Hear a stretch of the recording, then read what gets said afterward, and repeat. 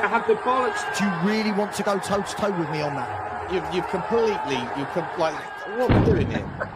Levy isn't going anywhere. But it's all down to timing, isn't it?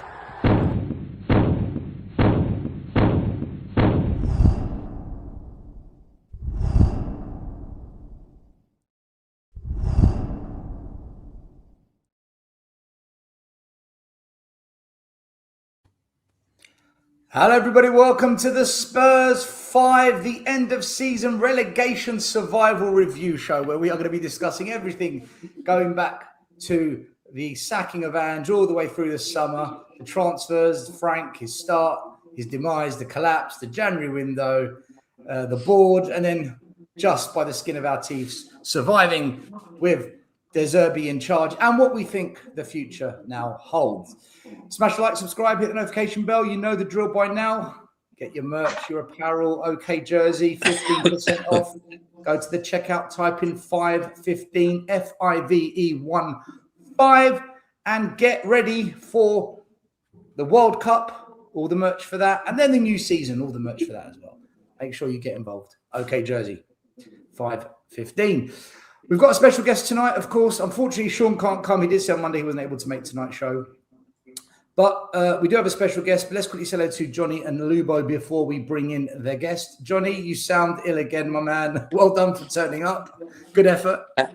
Yeah, listen, what I would say is getting on a 15-hour plane journey from Korea with a guy who had spent the entire 15 hours, 14 hours coughing his guts up.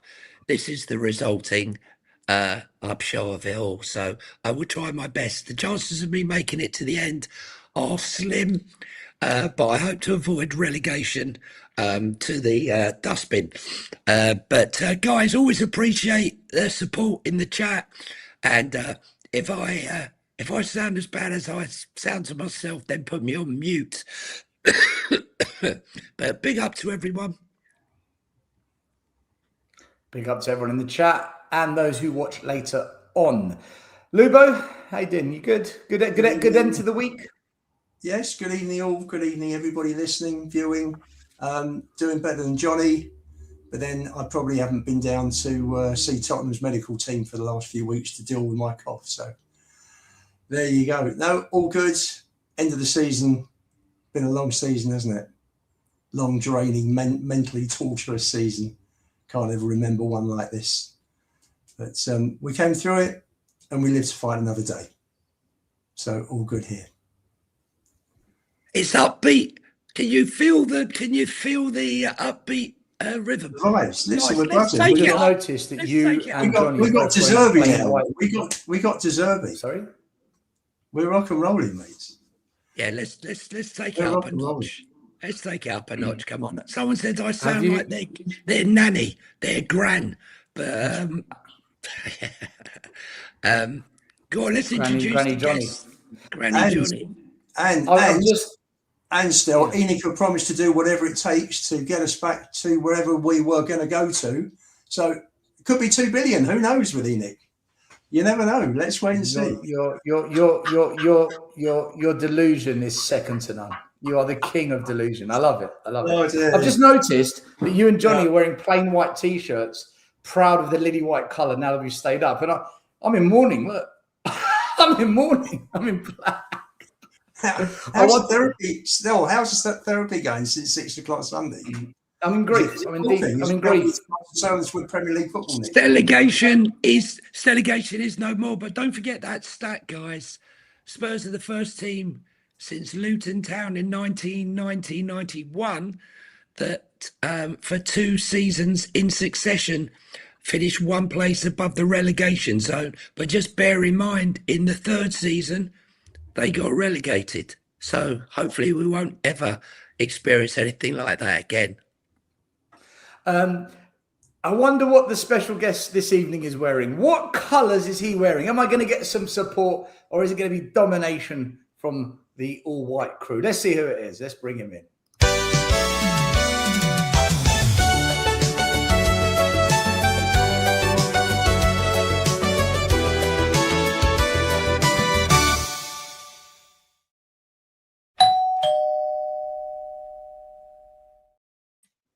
no, he's got white on. Of course, mate. He's got white on. He's got white on. It's Mr. Holston. It's Mr. Holston Bills himself, Berg. Thanks for having me on, guys. And I'm way relieved that I'm on. And it's not the way it could have been if the results had gone the other way at the weekend. So sorry about this delegation, Stel, but I didn't want to go down. So do you know the top you're wearing is my second favourite ever Spurs top? That's top three. That is definitely in the top three. My favourite is actually the semi-final kit.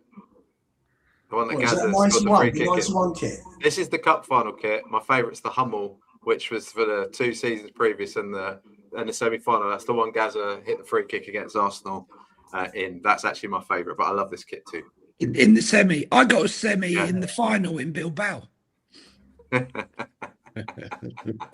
Shocking from Johnny. Shocking. Big up, everyone. What can we say? So we're going to get into the review of the season, but we're going to kind of, rather than just go from shacking transfers, Frank, the season starting, the poor January window, the fans selling against Lange, we're going to try and make it a bit more fun, right? So we're going to start off with our best and worst performances of the season. And we are talking about team, not individuals, but if you want to make it about individuals, in fact, let's do both. Your best team performance and best individual performance, and then your worst team performance and your worst individual performance. Johnny, you get to fire away first. So which one are we going first? Best individual performance, did you say? Whatever you want. Let's do individuals first, then we'll go to teams. For me, it's a clear winner. For me, Paulinho. I mean, you can pick whichever game you want. His ability to come into a game, not be disillusioned after he was dropped. Johnny, sorry. Right, that's more player of the season when we get to that. It's more a standout performance by one player in one particular game. Okay. I hadn't thought about that question. Right. Tough question. It's a tough question, that one. I'll tell you what, let's start with teams first because that's easier and it gives us time to think about players. What's your best team performance of the season? I would think for me, I think it would have to probably be the final game of the season. I can't even take myself seriously talking like this, but it would have to One be of the comments is killer. What? It says, it's the one that says, you sound like you're calling up your boss, putting on a fake voice to pretend you're ill. I think for me, the team performance against, look, you can talk about the Olays, the second game of the season against Manchester City, or you can talk about Aston Villa. But for me, the game really where it all mattered, where you could have let the pressure get to you, I think was the Everton game. It was backs to the walls ball. It was the spirit of Bilbao, not playing fantastic, but playing well enough as a team, as a unit. Every man, apart from maybe one or two, giving everything for the game. And I think nothing else mattered in the season. It was like the season was an irrelevance, except for the game against Everton. And whilst we started very well in the first half, and I thought we did really well, scoring the goal, I think that second half we started to sink deeper and deeper into defence. And there was always that feeling that, we could give away a goal.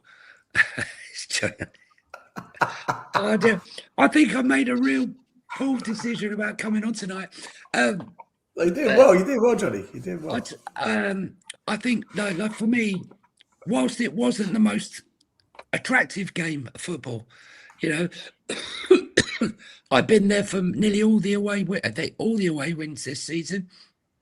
I think for me, only our third home win of the season, it was special, and I think the atmosphere was special, and the team rose to the moment. And I'm never going to sit there.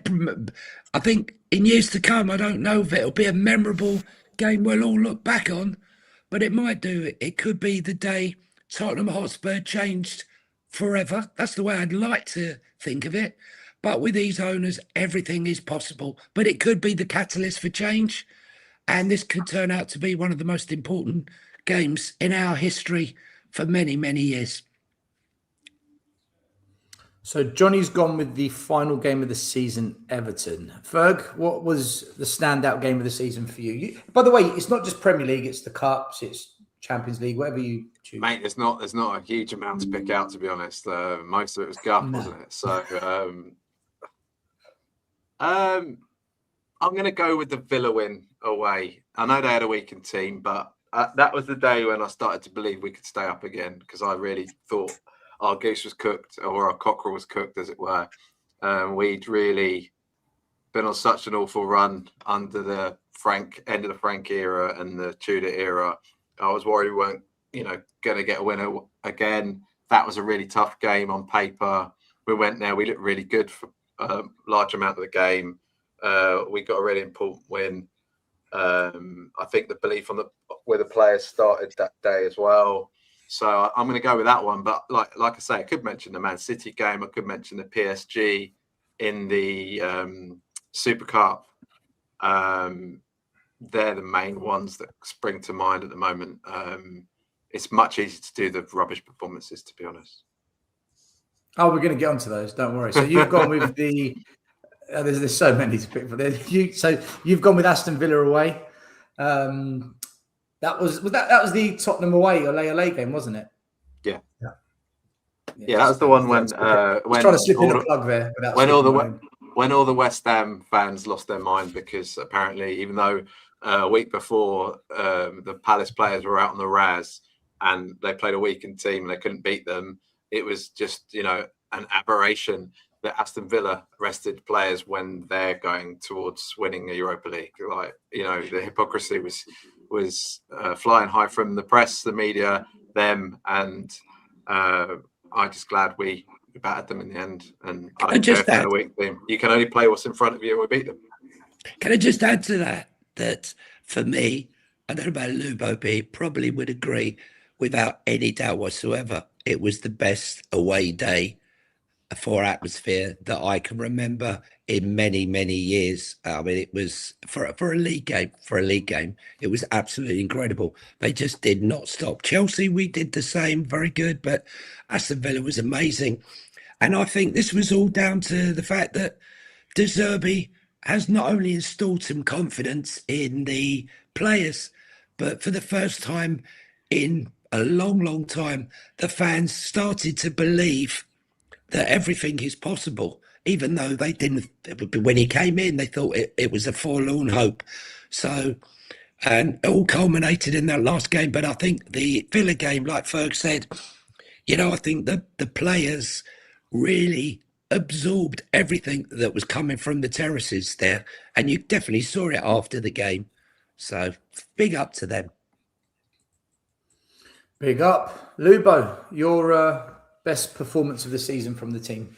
Only one for me, City away. I thought the performance was just superb. From start to finish, the closing down, the pressing. They hardly had a chance the whole game. They had one or two decent chances first half, but we saw our way through those. And at 2-0, I was never funny just watching it. I never felt we were in any danger. Thought that the performance was terrific.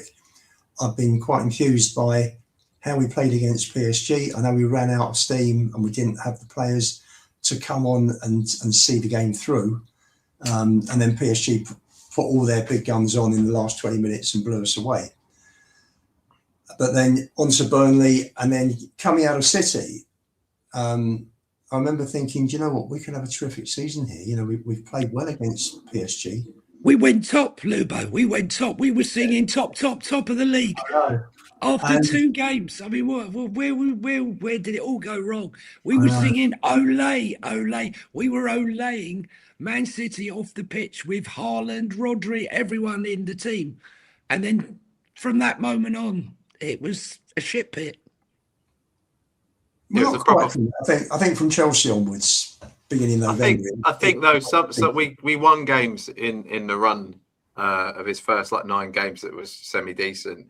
We won some games. We looked pretty poor, and it was clear it was unsustainable the way we were playing. We weren't going to continue to win those games playing that way. And then the wheels massively fell off after those 9 games, and we won 2 in 16, and we were dreadful. 2 in 22, I think it was. Yeah, it was 2 in 16 of his reign, and then he was gone. Yeah. And then the Tudor glory reign started after that. So it was from the bad to the even worse. He was one of the worst Tudors in history, worse than Henry VIII. Yeah, it's pretty bad. Yeah. And Boleyn was. I was going to say Man City as well, but I think Borussia Dortmund at home was our best performance because against Man City we were just really well structured and hard to beat, and we pressed well. But going forward against Borussia Dortmund, who had a really good record going into that game, we battered them.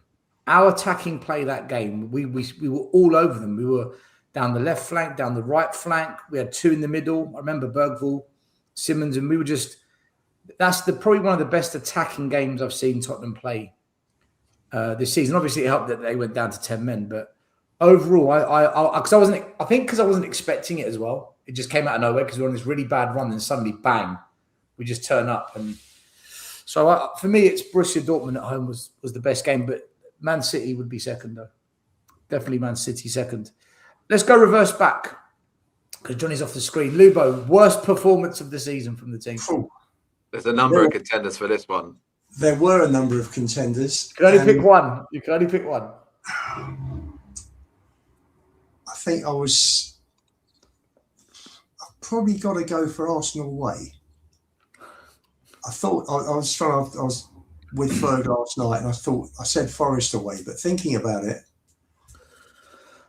not because Forest were much worse than Arsenal, but because it was a total surrender by our boys for those 90 minutes. I thought it was absolutely dreadful. The only goal we got was like a blinding shot from Richie from 40 yards. But the performance, just generally, just everything, the covering, the marking, the tracking, the efforts, the lack of conviction for the whole game was just dreadful. And we were lucky to get away with a 4-1 defeat. Listen, it could have been Chelsea at home, it could have been Forest twice. The Bournemouth spanking everyone forgot about, where we only lost 1-0, but it could have been 8 or 9. They absolutely. That's right. It was dreadful, wasn't it? But for me, probably because it was just an out and out surrender. I think Arsenal away for me, in terms of our worst performance. There's so many. The one that I just remember being so mad about was the Chelsea game when we lost 1-0 and we created the XG of 0.08 or whatever, the Premier League record for the least XG in a game. It was less than that. It was less than that. Yeah, it was 0.03. 6 or something. Yeah. It was maddening. And it was just so clear that there was no attacking identity at all in the team, not even trying to go forward. The game was incredibly boring from our perspective, but they could have beaten us by way more than the 1 goal. It was flattering to us. That game really, I didn't want him in the first place, but that game was like, he's got to go. Then we rock up, we have the Arsenal game next, and we get pummeled again. So I'm going to go with that Chelsea game, but I could maybe 10. You know that Chelsea game, Ferg? We had 3 shots the entire game. Yeah. 3. All game. At home. In a derby. Unbelievable. The thing is, like Lubo said in the Arsenal game, it was just a complete surrender. There was no fight. There was nothing. There was not even from the manager. He didn't even talk a good game. So that game really irked me. It was one of the most miserable 90 minutes I can remember. But thing is, there's just so many this season. So For me, I'm probably torn between 3 games. One would have been the Nottingham Forest game where I ran from bar to bar to try and get the away game, and we lost 3-0. Then getting in the parade before the game and lost 3-0 against relegation finder. But for me, the worst of the lot, those were 2 horrific games. But for me, the worst of the lot was going to Atletico Madrid, who I don't think were a very good team. I really don't. And getting absolutely spanked 5-2. I don't think they were a good team. I don't think they were anything special at all. And I think with a manager that had half a clue and a little bit more luck, we could have actually got through that. I know people are going to think I'm delusional, but I actually really do believe that. You could see in the home game and even in the away game, once we'd conceded those initial goals, we'd had to come back. But I think that was the most demoralising game from the point of view. You go all that way, you have all that excitement, you get there and you have to watch a game behind a giant fucking hairnet straight across the thing, and you're trying to watch a game through a hairnet and then realise it's all too... I can't remember, was it 3-0 down in... 4 in 22. 4 in 22. Yeah. 4 in 22. The poor kid got subbed after like 16 minutes. I don't think it gets any worse than that from an away fan travelling to a game. Yeah, there were some shocking performances, but for me, I don't remember ever seeing anything like it.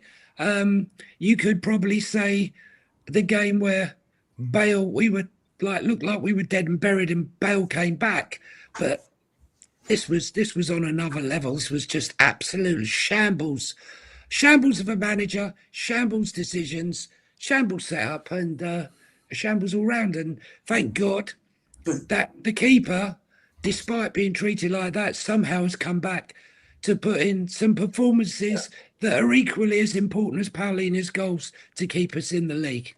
But we had a good lunch that day, didn't we? We had a good lunch. And the desserts, that cafe with the desserts was superb. Yeah, that was about the highlight, Luke. Yeah. Well, as long as the vibes are good, as long as you're getting good vibes, you know. My worst performance is a controversial one, and I don't think anyone would even think to mention it. But for me, it was the day I realised Frank wasn't the guy, and it was that Super Cup final. I just cannot believe 2-0 up, 8 minutes to go, that happened. And all I could think of was, if that was Conte, if that was Mourinho, we would have won this. They would have found a way, all that experience and winning pedigree, they would have got us over the line. And had we started the season as Super Cup winners, I don't know what would have happened. Maybe the same shit, but that for me was the worst game, because that's the day I realised this is the wrong manager. And I had to wait until it all had to unravel. But I just felt, this guy. When I realised, Del, the first interview that he gave, we will lose matches. Done. What the hell? Compare that to De Zerbi, who came in. We can win the next 5. It's chalk and cheese. But yeah, there's so many games to pick from. Look, guys, do you want to do the worst individual performance? Because that's quite a tough one. Or do you want to go into goal of the season? Is it? Well, I'll start just in case I pass out and have to go. For me, there's one man who's repeatedly been shite, who I bigged up, who I thought when he came in here was going to be a fucking sensation. I know exactly what you're going to say. And I hold my hands up. Listen, I've watched this guy for years, and I was so excited when we signed him. I even remember saying, oh yeah, we signed Tell. We tried to make out we never wanted Muani. He came here. I think we got a Chinese knockoff version. Not an okay jersey. He was a not okay jersey. He has been quite possibly one of the worst loan signings. For me, he's right up there with Gregor Rasiak as a signing for a guy who has picked up a wage, strolled around the pitch all season, can hardly be asked to run for a ball. I remember when he came on as a sub and the ball came over, he stopped running, and Jed Spence, who was about 30 yards behind him, still managed to get to the ball when it went over the top. A terrible excuse of a player, and I heard he was absolutely gutted he never made the French national squad for the World Cup. Maybe go and have a look at yourself in the mirror, mate. There's a reason why you never made it. You were a shambles. You were a disgrace. And it just shows sometimes money can disrupt a player's performance and get in the way. I hope when he does fuck off to wherever he goes, that he realises, he's done himself a disservice. Would he score one league? Was it one league goal? No. One in 29 games. Yeah. 1 in 29. Absolutely horrific. You know when people start this big diet program and they're carrying weight and then they lose quite a fair bit 6 months, 12 months later, you've got before and after photos, right? I'd love to do before and after of Johnny. Start of the season, thoughts on Moani. End of the season, thoughts on Moani. Those two videos are so David, someone should clip that. Someone should clip it up because, honestly, I've never... Listen, with Dembele and Ndombele, when he came to the club, he looked a little bit lazy, but I thought, you know what? He's got the skills. You can see he had the skills. And Ndombele was light years ahead of this guy. Light years. And can't even put him in the same sentence. I'm absolutely baffled how we didn't... as someone like De Zerbi, I'm a bit mystified as to how he allowed him to continue playing, because I think had he put Jed Spence and Pedro Porro on that right side and dropped Moani, I think we may have secured our safety just that little bit earlier. Last game of the season, he did it, didn't he? Yeah.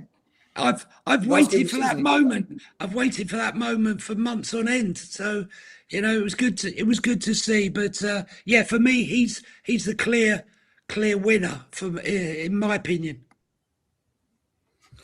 Ferg, I don't know how you're going to pick worse, but if you can, good luck. Otherwise, I guess we're just going to sit and go, yeah, Johnny. It's not. It's not possible. It's not possible. Moani, he's going to be etched into the annals of the worst loans in Premier League history, isn't he? Him, Andy Booth, Fraser Campbell. They're an elite few, but the difference between the other two is they were never supposedly international players, whereas Kolo Muani played for France in the World Cup final, looked like a god at Eintracht Frankfurt, signed for 80 million euros for PSG, comes to us and I don't know, he caught Rajak-itis. He was just absolutely dreadful. Played in the Club World Cup. Played in the Club World Cup. I've got to say, we've got to give a special mention to pretty much the entire forward line, that they were all in the tail end of the season. Some of the worst performances week in, week out that we've ever seen. Wow. Wow. It's mad. I've racked my brains to think of when we've had a worse front three than the three that finished the season. The only year I can think of that's even comparable would be 93-94 when Teddy got injured. We were playing a young Nicky Barmby, Darren Anderton up front sometimes, and Rocket Ronnie. I'll take that. No, I think this year was worse. This year, I'll take that. This year's worse. Yeah. But that's still probably better than this. Yeah. And I could name you we look back at our old subs are better than our starting forwards. But Moani's the king. He has to take the crown. Yeah. Lubo? Moani, any one of, God knows. He scored 5 in 40. He got 4 in 9 Champions League games, which shows you that, he had a very good, I thought he was very good against PSG, but then he was looking to prove a point. He got 1 in a later, he got 4 in total, didn't he? In Europe. Which was a slower pace. It's not as frenetic. There's not the same amount of pressing, and I think he played like he didn't want to be at the club, and he didn't want to be at the club, did he? He said no to us last Jan in the transfer window, and for me, it was a panic buy Solanke had been injured late July. They tried to give him painkilling injections, tried to get him through. And a few days before the end of the window, they decided to operate on Solanke. So you had best part of 5 weeks that were completely wasted, which left you with hardly anybody else in terms of a forward that you could go and get. And for some reason, between them, Frank, Lange, Barisic, whoever it was, didn't want Lookman. And we ended up with Mawani, which was just a catalogue of bad decisions. And for me, just, I don't know, he just doesn't look at it, doesn't look interested. And any one of a number of performances when he's played, and he's just not been there. He's not there. Mentally, he's not there. So I do agree because of the hype, because of his past. I've probably put him on level with Raziak as the worst ever Tottenham signing I've seen in my lifetime. And I've seen a few. I'm really disappointed that Sean's not on the show tonight, because for the first 3 months of the season, every single week, Sean would bring up this image of our WhatsApp chat where I said Mawani is a crap player. Funny he's gone missing tonight, Sean, isn't it? It's really funny that he's not here to be cooked. But okay, well done, Sean. You've escaped again. Mate, I agree. Can I ask you guys a question? Now De Zerbi's here. Other than Mohamed Kudus, is there any other player across the front three that you would actually seriously think to keep, or do you think they've all got to go and just keep Kudus? I mean, what's your thoughts on that? Potentially Odeberg, just from the point of view that every time he starts to get going, he's injured again. I personally would loan. Look, for me, Matthias Tell, in an ideal circumstance, Matthias Tell would be coming off the bench for 10 minutes here, 15 minutes there, because he's not ready. He's not ready. He's not mature enough to make the right decisions to play 90 minutes in big games. And let's be honest, if Odeberg and Kudus were fit, or if we had your Kulus or your other players, he would only be coming on as a sub. And I feel like we have thrown him in the deep end, and he's struggled at moments and he's had moments, but I would probably keep him. But all the rest, I mean, there's a lot of deadwood to get rid of still. There's a lot to get rid of. It really is. I think Solanke has got to go. I think Richarlison's got to go. I mean, they've all got to go. We need a clear out. If I start to see De Zerbi saying, you know what, I think I can turn Richie around, or you know what, I think I can do something with Solanke. No. 3 goals all season. He's had 1 season in his career. I'm not hanging on to see what else is coming. No, let's get a proper, just go out and buy fucking Ivan Toney, right, who can hold up the ball, can head a ball, is a bruiser, knows how to score goals, and leads the line. And he can take a penalty, not that we will ever get one.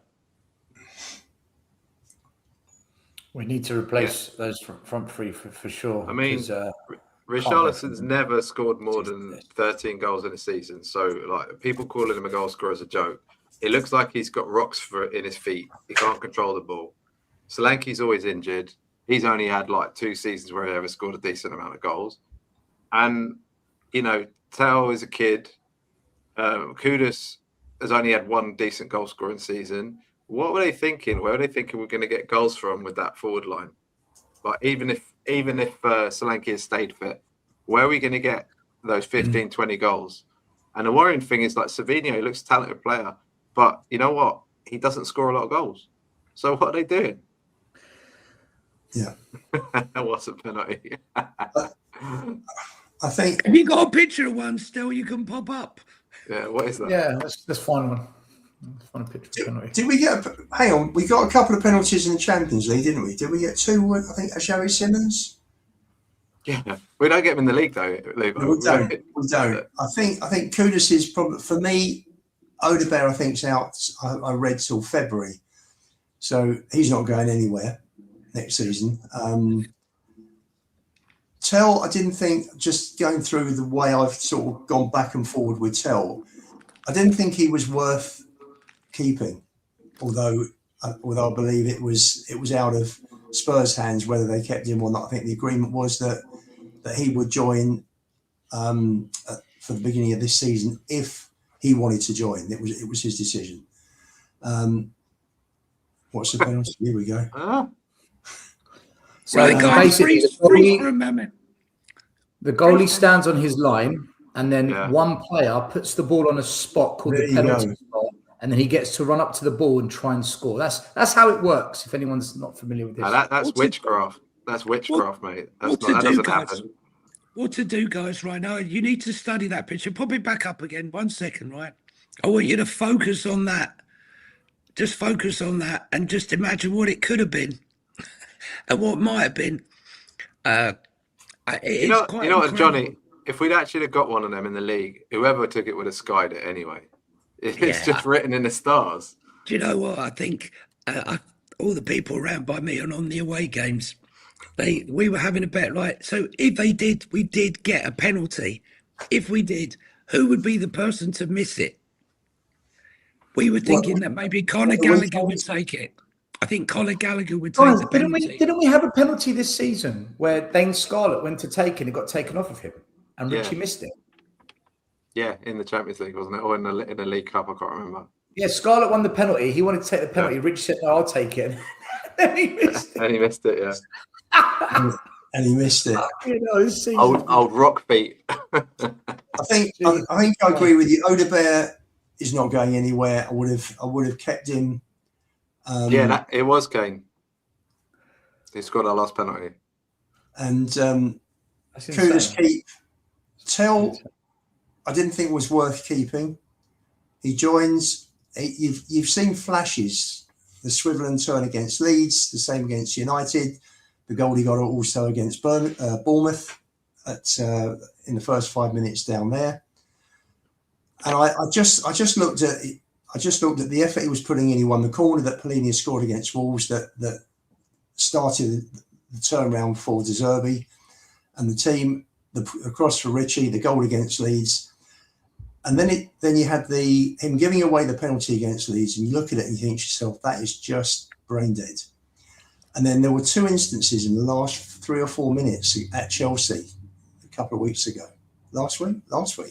That's gonna rattle Johnny, that one, I tell you. Yeah. That comment there on the screen. So no, still, and there was a header across the box and a cross that was hopeless, and everybody just looked at it and they groaned, and it was like, this guy hasn't got the in-game intelligence. He just doesn't have it.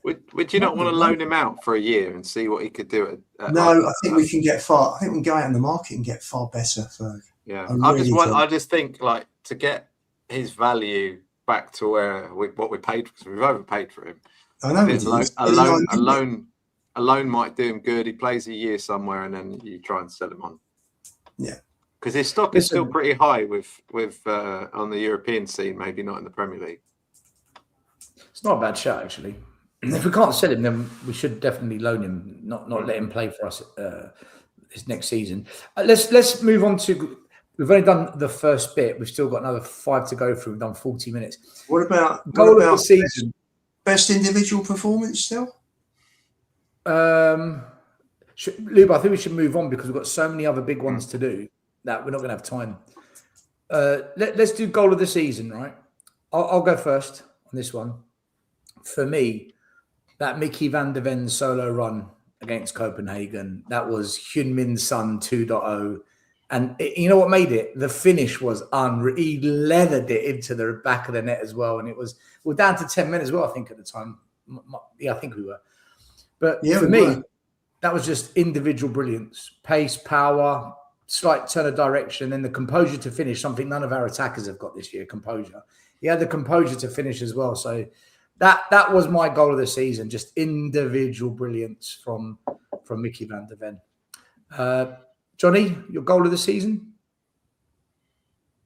It's a tricky one, isn't it? I mean, there's no doubt that was unbelievable. The run was unbelievable. But like you said, it was the composure. Something Matthias Tell needs to learn.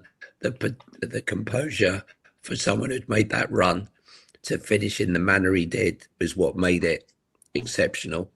And it's up for the Puskás Award, I believe. It should be. I also Richie's scissor kick was an amazing goal in the first game of the season. Yeah, it was a top goal.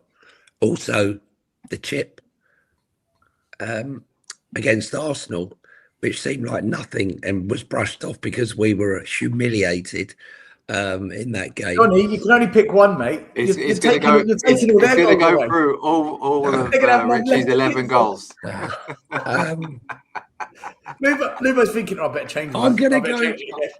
Right, after all of that, I'm going to go for Paulina's overhead kick against Bournemouth. Yeah, that was a good goal. That was a good goal. That was a very good goal.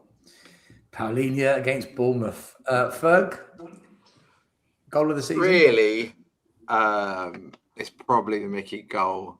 Dom Solanke, the back heel goal in the air against, or Scorpion against Man City was an incredible goal. Xavi's goal against Brighton was also fantastic.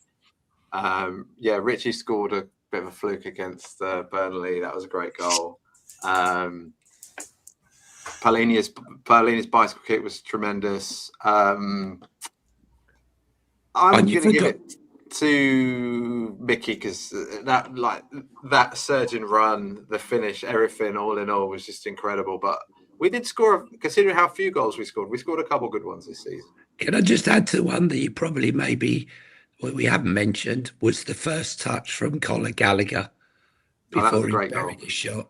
That was an absolutely superb goal, and I think that would have got a lot more credibility had Mickey not scored his goal. That first touch was absolutely exceptional, and then the strike to finish it off. So, as you say, our goals, whilst infrequent, were of some high quality when they did finally arrive. Lubo, I did say mention one goal, but Ferg and Johnny have taken about 10, so I don't know what you're left with to play with. Still more to come. That's all right. That's all right. Good God, Lubo, your goal of the season. It's hard to choose. It is, isn't it? Which close range goal are you going to get from Archie? Palace or Newcastle? Only joking. Richie scored about 9 from 6 yards. Yeah. For me, Van der Ven, it's interesting because last season he went on the same sort of run, 50, 60-yard run, and put the ball across for Johnson, didn't it? Old Trafford, where they just couldn't live with it, and he went from one end of the pitch to the other. By the way, Johnson won his second European trophy in 2 years last night. Just saying. Didn't get on the pitch, did he? Yeah, well, listen, right? He didn't. I'm just putting it out there. Right? He didn't score a goal. He didn't score a goal in the first. Don't shoot the messenger. messenger. Came on in the second. For me, Johnny, he got 2 cups, mate. So he's the one laughing. Yeah. No, Van der Ven was all pace, power, speed, control, and the finish was superb for a centre back. It was an absolutely phenomenal finish.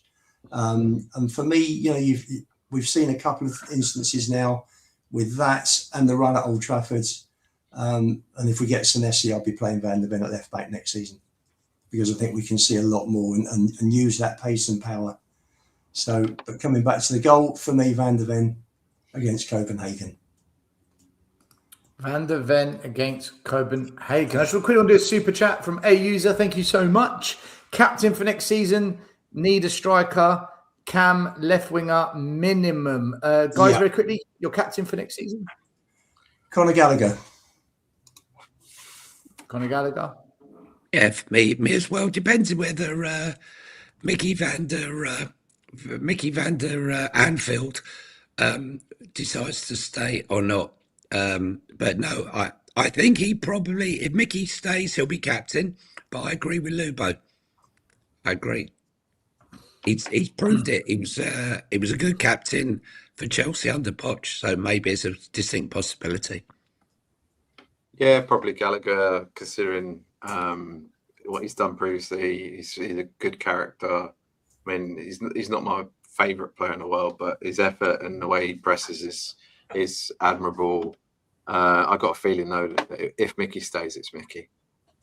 I would give it to Mickey because I think I prefer it when teams have someone in the back line who's the captain. Worst case, the number 6. I don't like players who are further up being the captain because I think at the back you see everything, and I think it's easier to drive the team. But look, it's just horses for courses, whatever you prefer. I would go for Mickey if he's here next year. I would go for Mickey. But yeah, Conor Gallagher, good shout. Horses for courses. Horses for courses. We got more donkeys than horses, unfortunately. A few mules as well. Got a couple of rats. The ones that were leaking out information. The mole. That's it. We've got a couple of moles as well. A few moles, not rats. We've had all this season, haven't we? Rats. All right, play of the season. Ferg, you can go first in this one. I don't really want to give any of them player of the season, if I'm being honest. I know who mine is. Go on. Palhinha. I just think he got, for the defensive midfield, he was the guy who got us up the last few games. He scored, for a guy who's not supposed to score goals, he scored a lot of important goals for us. I can't give it to either centre halves for their behaviour at points during the season. The forwards are all rubbish. It's not a deep list, is it? So I'm going Palhinha. Johnny, you're Palhinha as well, aren't you? Listen, I loved the guy when he was at Fulham. I was gutted when he went to Bayern Munich, and I never thought we would get to see him in a Spurs shirt. So I was over the moon when he came. I was absolutely fuming when fans were talking about how the double pivot with Bentancur and Palhinha didn't work, and we should never have signed him, and don't take up the option. It just shows you when you put in a coach that knows what he's doing, how much that can turn around. But just off the top of my head, he's won on his own. You know, he's won 7 points, literally on his own. His leadership, you know, when you look at him on the pitch after the game is over, he's the player running to the fans and giving it large, you know, believable passion. The tackling's been unbelievable. The timing of those tackles, he's made some more tackles and interceptions than anyone else in the team. And it's hard to believe that this is a guy who's on loan. He looks more like a player who's been there for years and could easily be the captain. If you were brought back from, you know, to this time and you'd never watched, you know, a team play and you didn't know, he would be your standout guy that you could easily believe was the captain. And I think it's his spirit that fundamentally is one of the reasons that we actually stayed up this season. Clear winner for me, clear. Lubo, do you agree? Yes, contrary to what Scott Amos thinks, I was going to say. 7 goals in 45. And, you know, second leading goal scorer with Van der Ven behind Richie. And he's number 6. I mean, the goals he scored that were crucial. Wolves in both games that basically added, we got the draw, we got the win. So those 3 points for the 2 goals he scored against Wolves alone. Without those goals, we'd have been down. So, and just he's the heartbeat of the team.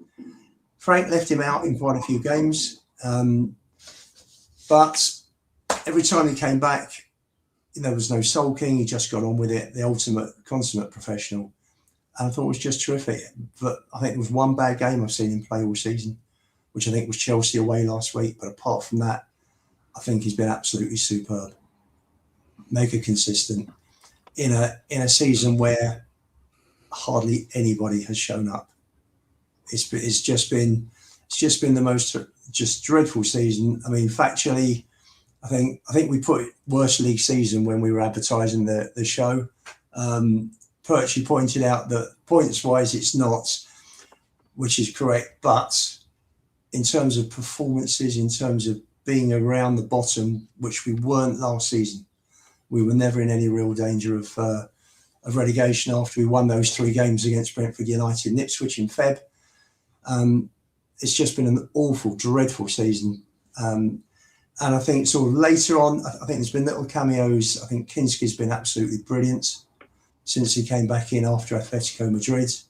There were saves that he made that Vicario wouldn't have done, particularly against Leeds. So for me, Paulinho won. I think, it's interesting because there's been 4 or 5 players have come through under De Zerbi. Whereas before then, for me, Paulinho was out on his own.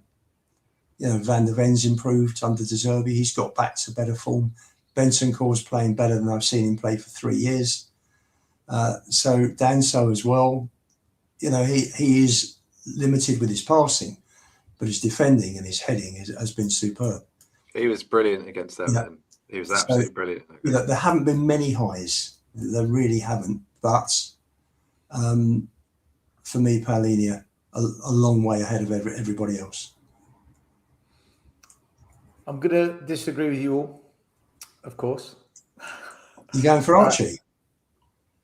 He came joint 24th. You're going to give it for Richarlison, aren't you?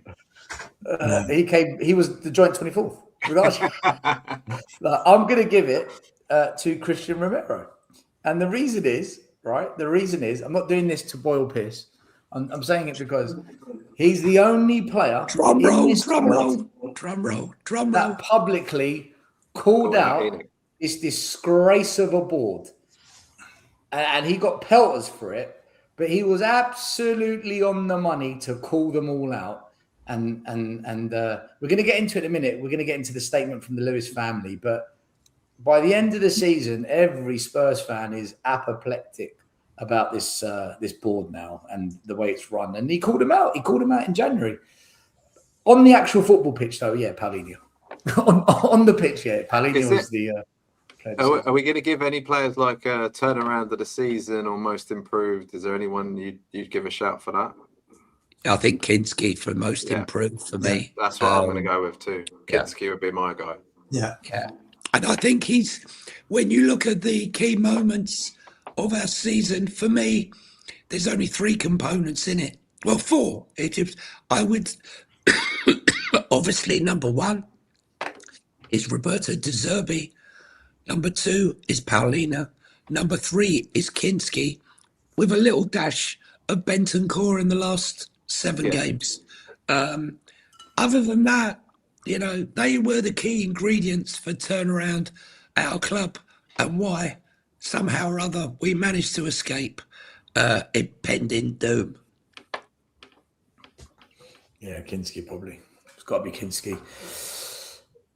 We were doing so well, but now, unfortunately, we must discuss this Lewis family statement.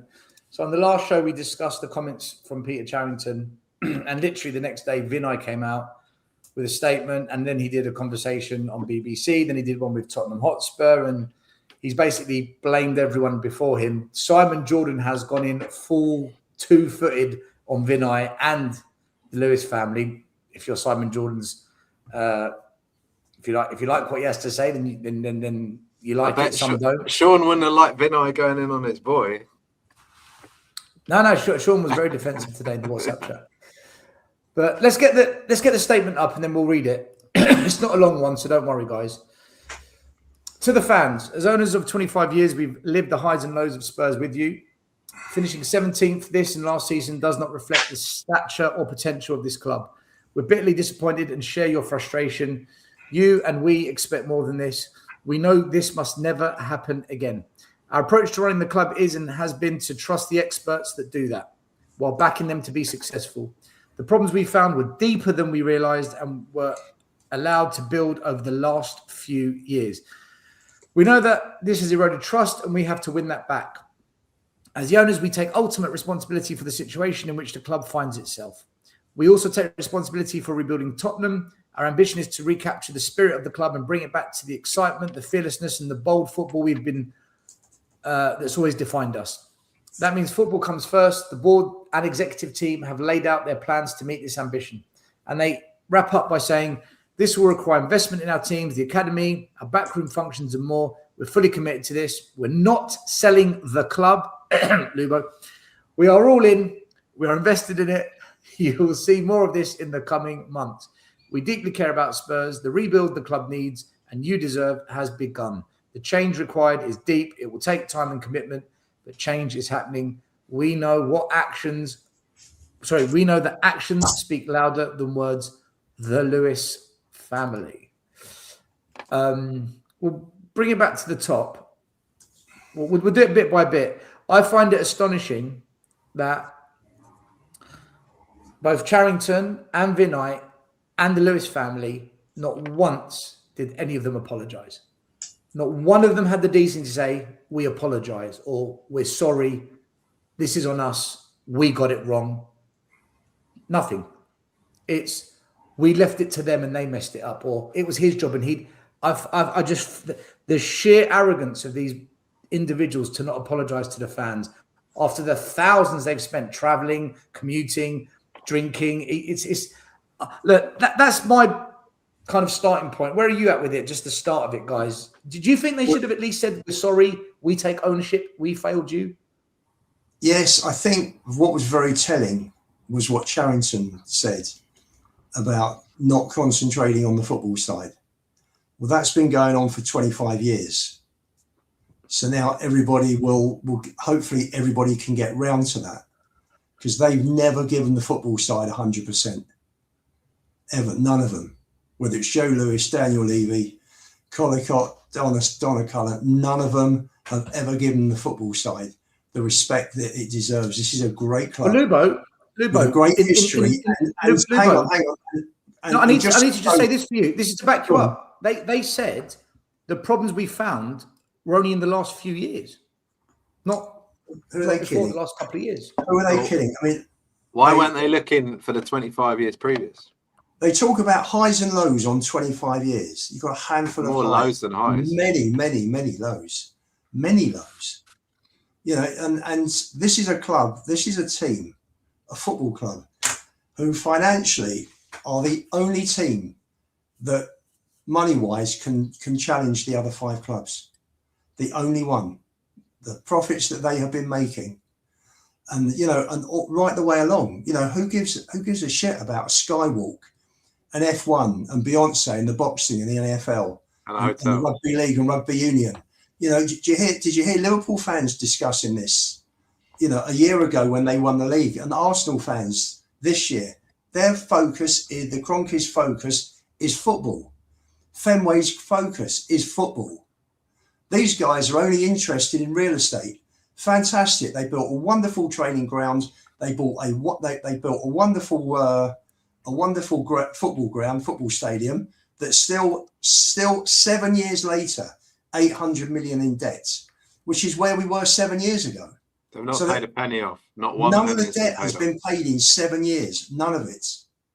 So try and work that one out. How come the money hasn't come off? Levy admitted they took their eye off the ball years ago. No, this is not a new admission by them. This is an old admission. It's like they took. They went on X. They put it into Grok. They put it into Grok, and they've searched for fans' gripes about the club, and they've just come up with as many of the buzzwords from X and put it in there.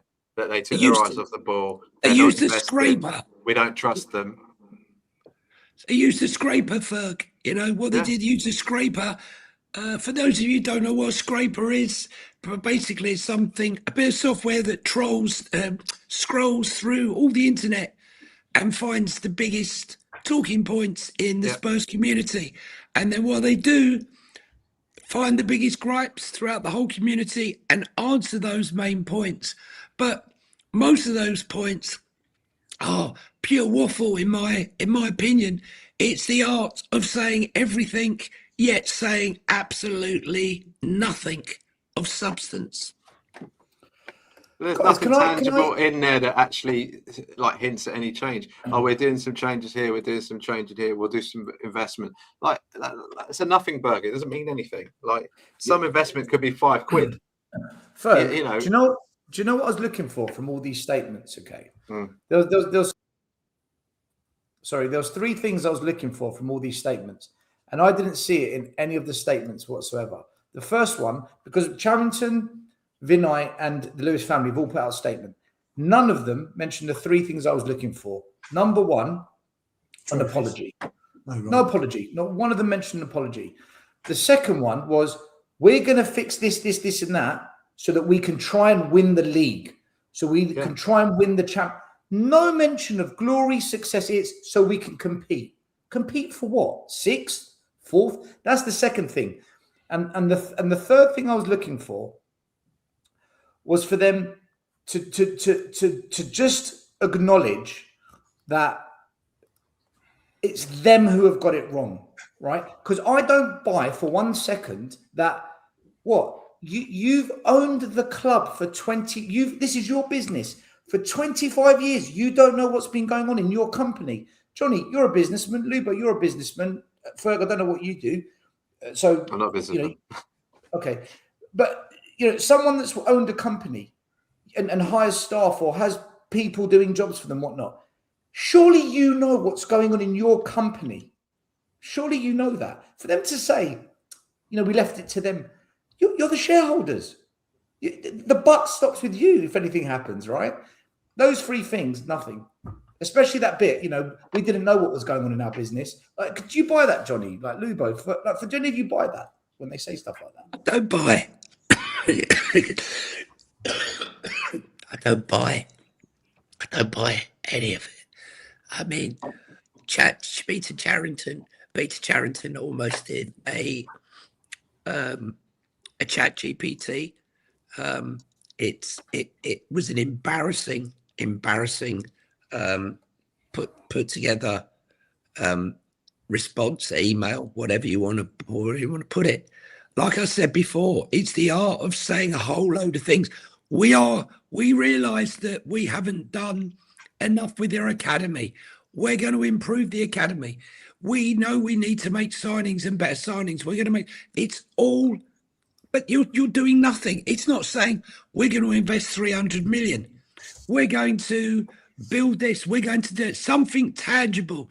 Nothing that they said we could put a number on it, a figure on it, or anything. It's just fluff. It's fluff. And they're all at it. And as for fucking Vinay, I mean, when you're asked the fucking question, bloody answer it. When you're asked the question, do you think January cost us? Stop going, well, it was a mix of, no, it's a yes or no. Do you think it cost you? Yes, it did cost us. And the other thing is, what the hell? Were we supposed to believe that they recorded that right after the final game? What a pile of shite. They're wearing sweatshirts. Sweatshirts. It's 35. I've been dying for the last few days. They're in black zip-up joggers that look like they were in a dark cupboard. No.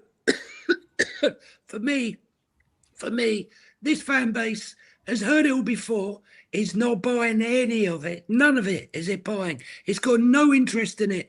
They're probably 4 or 5% of people who will suck this stuff up unless they deliver on a quality signings, quality investment, proper medical, proper directors of football. And I don't think Sebastian Kerr is the guy. He's the only guy that's available. And as I said this before, because I don't think I've got much long left, is Don't say that, Johnny. in my opinion, Stel, if you want to be the best in your field, you don't sign people who are out of work. Okay? I know you can say Maresca's out of work, but I'm talking about, right, who's the best sports psychologist in football or in sport? Okay? Where is he? How much is he on? Right, let's go and get him. Who's the best medical team? Right? Where is he at? Go and get him. Right? That is ambition. That's the ambition to try and find the best in each of your field. And that includes the sporting director, your PR and everything else. It is not sticking a fucking advert in LinkedIn and hoping that little Tommy, who hasn't had a job for 6 months, applies and wastes the time. I mean, how many of these people are they actually even interviewing. It's embarrassing. Act like a top club with a top club mentality, big club mentality. This is small club mentality, in my opinion. They need to go out and find the right guy and pay him big money to come in. Because there's not many Freeman. Just go and get him. There's not many roles more important in the club, right? We've had a clown in situ for years now. He's done a terrible job. He did a terrible job at Villa. You have to go out and you have to pay big money, get the guy out of his contract, bring him in, and give him the keys to work with De Zerbi to bring in actually good footballers rather than this dross we've been served up. People who can run around a lot but can't actually play football. Nothing will change at this club ever unless either they are in financial crisis, which they're not now, or if they actually commit to a goal. And they say, our mission is to win the Premier League. And every decision we make is yay or nay geared towards that. So if you hire a manager... said it himself, his aim is to get back to where we were. So to be fourth? This is what I mean. Not winning anything, because that's what we did for years. Look, if you run a YouTube channel, right? When you invite a guest on, surely you ask yourself, does this guest help make our show better? Is this guest going to be worth having on that people want to watch, right? Why do you say those things? Because it gets you closer to growing your channel, creating better content, because that's your goal. It's the same with Tottenham. When you hire a manager, a medical chief, a contractor, a recruitment officer, you sign a player, you ask yourself a question: does this get us closer to our goal? And the problem we've got is they can't ask that question because they don't know what the goal is. Like, they don't know what the goal is. So when they make a decision, they don't need to ask, does it get us close to the goal? Because the goal always at Tottenham under ENIC has been, we've just got to make money and make as much of it as we can. It's never been win that, win this, win that. So therefore, every decision they make is financial. It's always a financial decision. And this is why I just don't see how it's going to change until they commit to the fan. When Stan Kroenke went to Arsenal, he said, I want to win this club the league. When Sheikh Mansour bought Man City, he said, we're going to win the league. I do think there's a bold commitment. There's a bold commitment from the top. They never do it. 3 statements they had a chance, Lubo. 3 freaking statements. Not one of them. All those other people you talk about, they're not like Nepo people who've just inherited something from their father. Like, none of the Lewis family made their own money. It's all Daddy Joe's. They've all walked in. The only person who's actually like proper self-made out of them is Carrington. What do they know about running a business? They don't normally run the business. They let other people do it for them. All right. So what have they ever done? They don't have a clue about sport. The Kroenkes, they've got a history of building sporting franchises and success. Sheikh Mansour's got unlimited money. He put top people. He went and got Tiki Begiristan to come in and run the club. Like, that's the difference. These guys don't have a clue. They don't have a vision, and they don't have any sort of a strategy to turn the club around. And I agree with you. I don't think they will turn it around. It's all nothing waffle. What's worrying? I don't normally do. Hang on, Johnny. What's worrying is the statement. We trusted the experts. What do you mean you trusted the experts? What experts? Seriously, Levy ran the club, and he's a real estate guy. Didn't know that. Knew nothing about football when he came in. Didn't know that much more, but probably learnt a little bit. But probably enough, I think. Hang on, I don't like the man. He's night and day to them. Let's be honest. He had more of a clue than them, and I don't even want to endorse that guy. Okay, fair enough. But it's so you're looking at a disaster and a bigger disaster, basically. Yeah. They didn't have a succession plan, did they, Lubo? Unlike Paul Barber's. Just one request. I don't normally do requests, but Southerdown says, it's who we are, mate. It's who we are, mate. You're right. It's who we are, mate. It's who we are, mate. Trust the experts. They don't know who the experts are because they don't know what football is about. And that's the problem. They don't understand it. And if you don't understand the product that is your core business, then you end up being one match away from going into the Championship and a £270 million loss. So hopefully this will give them a little bit of a wake-up call. they're never going to be a proper owner. They're never going to treat our club like the other. Well, just pretty much every other chairman does. And these owners are not restricted. They're not hampered by lack of finance. I say everything's relative. All the Premier League clubs have got a lot of money, but very few of them have got the money Spurs have got. And we just waste it. You know, you had Harry Kane, you had a world-class player. Build a team around him. You had a great team that Paul Mitchell and Poch put together. And look what they did to that team. That was absolutely phenomenal. That was our time. You know, in business, you've got to smell opportunities. That was the opportunity. They'd had the club 19 years when we reached Madrid. Go forward. You know, even in 2017, you know, Levy told Pochettino, you can have all the money that you want, that you get for selling players. We didn't sell anybody. Instead of actually taking 200 million out at the time, and even taking it back against profit when you sell the club, take that opportunity. If the money wasn't there because of the overspend on the grounds, stick personal money in, loan the club 200 million. We didn't have the rules then that we have now.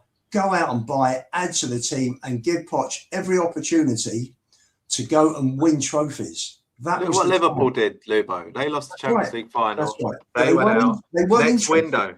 They just weren't interested. No, they go buy Van Dijk. They go get Alisson, top players. What did we do? Oh, Sean's here. Only because I've never heard such nonsense tonight in all my life. I'll leave you lot alone for one bloody week, for one session to go out for dinner. And then the stuff I've heard Lubo talking about my Matisse tell, the bullshit I've just heard about the owners, or some parts of it, some parts were true. I just popped in to say goodnight and to say goodbye, but also to say, what are you talking about, my Matisse? Surely you're not going to have a dig at Vinoy for having a go at Levy, because he really threw him under the bus. Yeah, the whole thing's a joke. The whole thing's a joke. The one thing I wanted you guys to ask the question. I'm surprised no one did. Is all of these statements are coming out saying, there's bigger problems than we ever feared, right? That's the overarching thing. We came in, there was problems. Oh, my God, the problems were so much bigger. What problems? What problems are you actually talking about that are so much bigger than we could ever possibly have feared?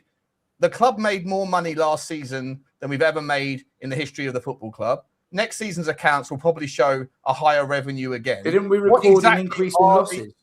Yeah, that's because they've done the depreciation of the stadium at a rate that no other club would do. It's so high, the depreciation of the stadium. It's completely out of kilter with how all the other football clubs do the depreciation. The only reason you're here, Sean, is because earlier on you got absolutely. Look what just happened. My man was totally cooked.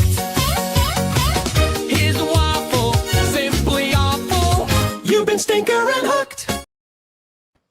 Yeah, no, I didn't. Listen, I was at the restaurant and I had it on the phone, much to people's displeasure. And I was watching and listening to seeing the comments and that, and there was absolutely no cooking here. There was no cooking that took place. Had I been on from the start, though, there would have been a hell of a lot of cooking along the way. What I really want to ask: WhatsApp Moani chats that he posted every single week for 3 months. Oh yeah.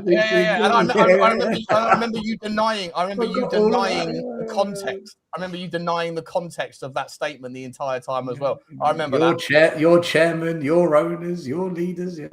My chairman, my Daniel Levy, been thrown under the bus by a bunch of absolute charlatans, and they're all sitting there going, "The problems are bigger than we've ever seen, or we have any possible idea of what they could be. It's so much deeper. What are the problems?" A little bit more transparency, please. Let's actually see what it is you're talking about, because it's very easy in a one-way communication where we don't get to ask any questions. We just wait to get force-fed their bullshit, and they can come out with this broad sweeping brushes saying, "Oh, bigger problems than we're going to fix them, though, don't worry." What are the fucking problems? You've had all the money in the world. Daniel Levy, my chairman, cultivated an absolute cash cow for you. You had 25 years to take ownership of this guy if you actually thought he was doing. Where were the KPIs? Where was the accountability? Don't absolve yourself from any of this crap. Lewis children. You, Vinay, have had 12 months and done nothing. You keep talking about insufficient expertise. The only expertise you've employed are people that teach you how to bloody PR spin your way through like a washing machine. It's embarrassing, and yet you still haven't explained what exactly these problems are. And without knowing what they are, no one can actually diagnose whether there's any truth to it. Like, actually say what the problems are. What are, like, is our youth system? But you defended Enoch for so many years, Sean, and now you've just done a massive reverse pivot. Not finished. I've always defended Daniel Levy against unreasonable criticism from bozos like you and bozos like the guy in the top. Daniel Levy's friends with the bozos that I criticise. Daniel Levy's part of it. Daniel Levy does a far better job than these guys. You were all saying we got our Tottenham back. We got our Tottenham back. Daniel Levy owns Enoch. Daniel Levy owns shares in Enoch. Remember that? Remember Daniel Levy still got shares in Enoch? Shall I get the clip up? Shall I bring the clip up? Most memorable day of last season, Sean. That was for me the most memorable day.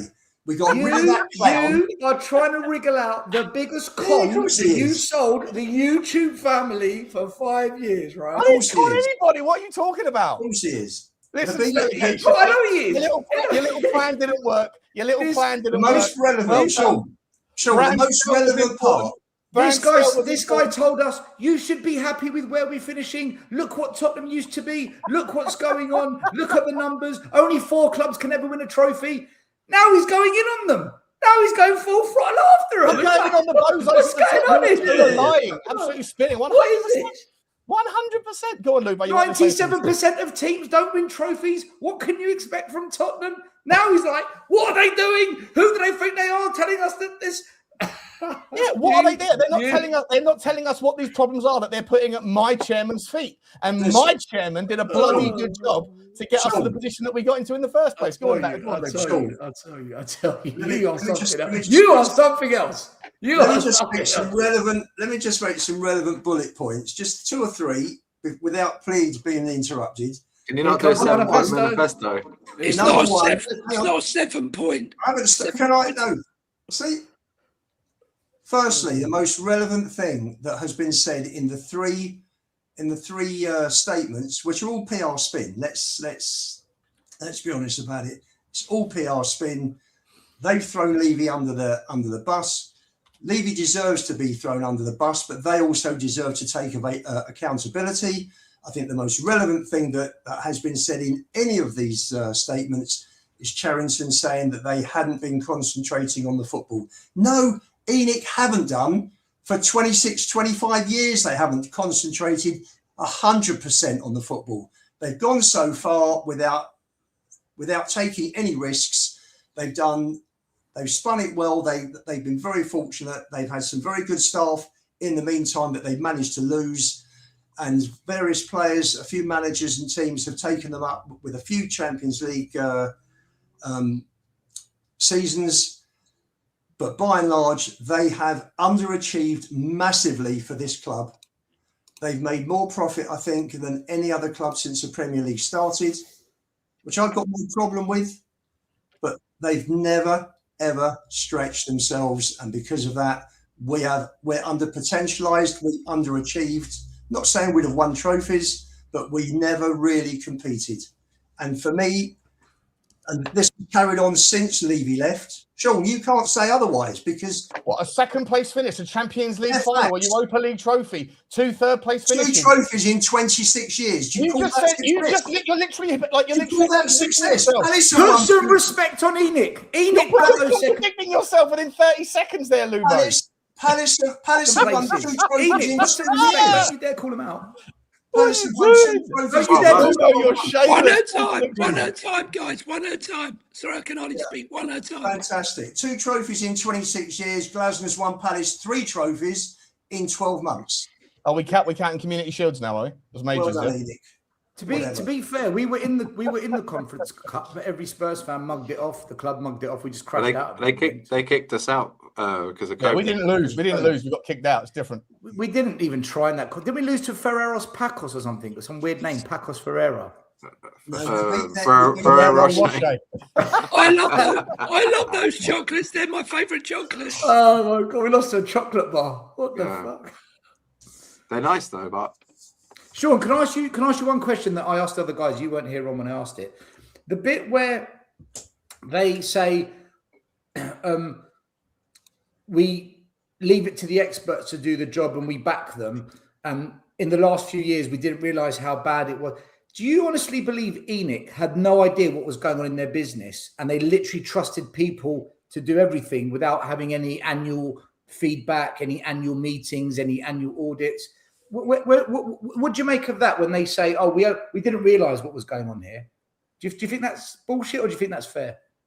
Look, I used to know people that used to manage private wealth clients, like family offices for really super wealthy individuals, and I used to hear horror stories about like two types of client. Right, one of them is like an absolute nightmare because they're all over everything, and they're never grateful for the performance that you put in that's good. But if you ever make a mistake, they're all over you like a ton of bricks. And then the other type, which are people that don't have an absolute clue what they are doing with their money, and they hand over the trust to those people who are, supposed experts. And then you see horrendous amounts of fraud and mismanagement of funds. And it's usually one or the other. Like the latter is a little bit less common. So it's not entirely beyond the realms of possibility that the Lewises did hand over the keys to Daniel Levy and said, just do it for us. And make sure that those numbers keep coming in, and as long as the revenue keeps jumping up and all that stuff, it looks good. Then tell me no lies, sort of thing. I'll ask me no questions. I'll tell you no lies, type of thing. However, the fact that they weren't taking any dividends out of the business suggests that really, I'd be very surprised if they didn't have a little bit more of an eye over what was going on with the plan and the accountability. We also know from talking to people that I know, that Johnny knows, that sit in the chairman's box, that even up until Thomas Frank getting sacked, that Joe Lewis was still very much involved in that conversation, despite all of the noise that he's completely separated from the business. So I lean towards the former, that they were very much keeping an eye on what Daniel Levy, or involved with what Daniel Levy was doing. Yes, they may have not had any interest in the direct decision making around day-to-day stuff, but in terms of like being kept abreast of what was going on, especially with the bigger picture stuff, of course they were involved. And this is just an absolute giant whitewashing of their own accountability and their own stock taking, because they are trying to put lipstick on a pig, as I said in September when they came in, and the whole PR spin around the new majority owners. It was all a load of absolute bullshit. And they are now under the direct instruction of whoever it is that's running the show, Charrington or Butcher or Joe or Vivian or Charlie or one of the or whoever it is that's running the show. The line is very tight, right? We are throwing all of the accountability at the person at the feet that's no longer here. We are pretending like this is all, Papa's got a brand new bag. It's the king is dead, long live the king. Everything's going to change, and there's absolutely zero accountability. I agree with you, Stel, that they should have been more of an acknowledgement, more of a sorry. I absolutely think that video was by Vinay. I put a tweet out about it, that video from Vinay wasn't conducted or recorded in the last couple of days during a heat wave, right? The amount of piss taking that is going on from the communication of this football club is on a level that I've never seen before. And but in terms of like the direct question you asked me, sorry, a bit of a rant. In terms of the direct question, like, is there any chance that they didn't know and that they really are honest about that? In my opinion, it's a possibility, but a very, very small one. I just don't believe it. Don't believe it. No, just super last point, because I didn't get the last. I wanted to say this a minute ago. I need to know what these bigger problems are, because as far as I'm aware, revenue is still at the top, right? The youth academy is delivering some level of progress, right? I don't know what youth academies are delivering, like 4 or 5 first-team players every single season. None of them are. The whole purpose of a youth academy is every few years one of them drops in, and then when it's 5 or 6 years since we really rebuilt that under Paratici. So that's a slow-moving ship, and it will. I don't think there's any necessary problems there, and certainly none that will be major. They're pointing to the fact that the training ground is more like a hotel. Meanwhile, they were busy building a fucking hotel outside the stadium. Like, what are we doing here? And is that the problem? Are they sitting there saying the problems are bigger? What, the fact that the training ground is more of a hotel and they weren't involved? The architectural design of the training ground wasn't something that the Lewises were involved in. Do me a favor. I need to know what it is, because to me, it sounds like a soundbite. The problems are real. They're worse than we thought. It's going to take time to fix, but we're committed to it. What problems? What problems that couldn't be fixed by just buying better players and making better decisions in January transfer windows and in hiring the right manager and keeping hold of the right people? Like, what problems are there that could possibly be so like groundbreaking? So many of those points, yeah, it just feels like they literally went on Grok or they went on ChatGPT, told it to scour a bunch of journos on X and fans on X, find their gripes, and then spit it back out. Because like the thing about the hotel being more like, the training ground being more like a hotel, I've heard that banded around by Gary Neville. I've heard it banded around by journalists. I've heard fans say that it's too nice. They, the things to do with them taking their eye off the ball. Levy admitted that years ago, didn't he? Years and years ago, he admitted that they took their eye off the ball while they were building the stadium. And so that's nothing new. We've had that as a gripe for years. We've said loads of this stuff's been, so it just feels like a big nothing burger. They're just trying to placate as many people as possible. It reeks of AI involvement, especially the Charrington statement.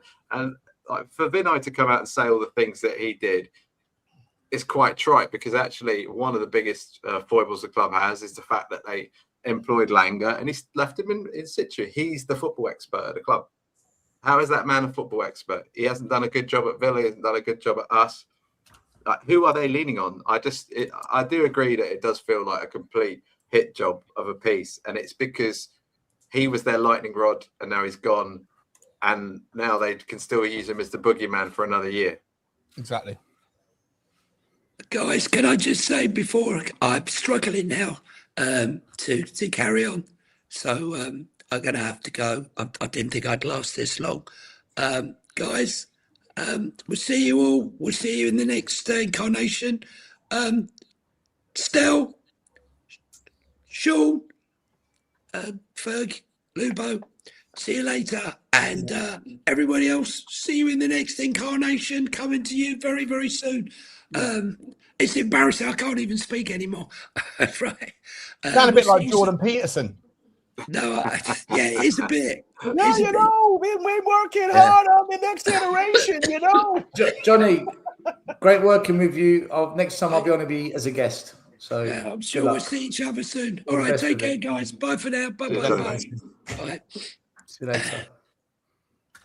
He done well to survive that long, to be fair to him. He was struggling from. There's been some golden comments, though, Estelle. There's been some amazing comments about mate, the one. Sean Dyche. The HRT one killed me. Yeah, the HRT one was it. We've got half an hour to go. We're going to end on the hopes for next season. But before we do that, let's have a quick kind of 20-minute chat. What players do you want to keep? What players do you want to sell? What players do you want to loan out? Can you bring the squad list up? Yeah, I'll get it up. And then we could just do like keep, sell, loan, and then quick. Yeah. Not comment. Just do it quick, and then we'll probably keep to the 20 minutes. Yeah, only on the provision that Lubo has a lubotomy and comes to the right conclusion on Matisse Tell. What are we doing here? Sell Matisse Tell. He's won. Have you seen his average the goals or assists per minute on a per 90 basis ratio and the players that he's competed with this season? You guys are insane. You're insane. You're so harsh on a guy who works his bloody socks off and is we've got standards. We've just got standards. He's bang average. Bang average football player. What's he done for Tottenham? Let's get the football club that I love relegated because it's good for my brand. Since he joined Tottenham, we've got 17th twice with your boy. In my presence ever again, Stel. What are we doing? Mateus Tell joins Tottenham. We get 17th twice. What a great asset we brought into the club. Awesome. In fact, do you know what, Sean? I hope we keep him because it's a bigger chance of going down. Yeah, exactly. Don't ever talk to me about standards ever again, bro. You wanted us to sink. What are we doing here? To get rid of Enoch, your friends.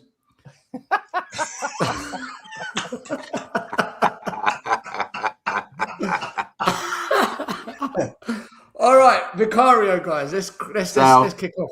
Sell. Yeah, sell. All right. Dragusin, he hasn't really had a chance under De Zerbi, to be fair, Sell. or under Frank. He's the Romanian Kevin Scott. He can leave. He was good. Listen, he was good in Italy. He was very good in Italy. Is it worth a chance? Nah, Shirishes was good in Italy too. Depends who you're going to replace him with, doesn't it? Is it Senesi we're signing? Senesi's done according to the BBC, pretty much. Yeah, but Senesi's a left-sided centre-back. Yeah. Dragison's a right-sided centre-back. Yeah, but we might play with a free. Listen, the option isn't buy or sell. There is a middle option as well. We can loan. Would you keep him and loan him, or is it pointless if we do that? So, Sean, Lubo, are you sell as well? I'd sell. All right, Kevin Danzo. Keep.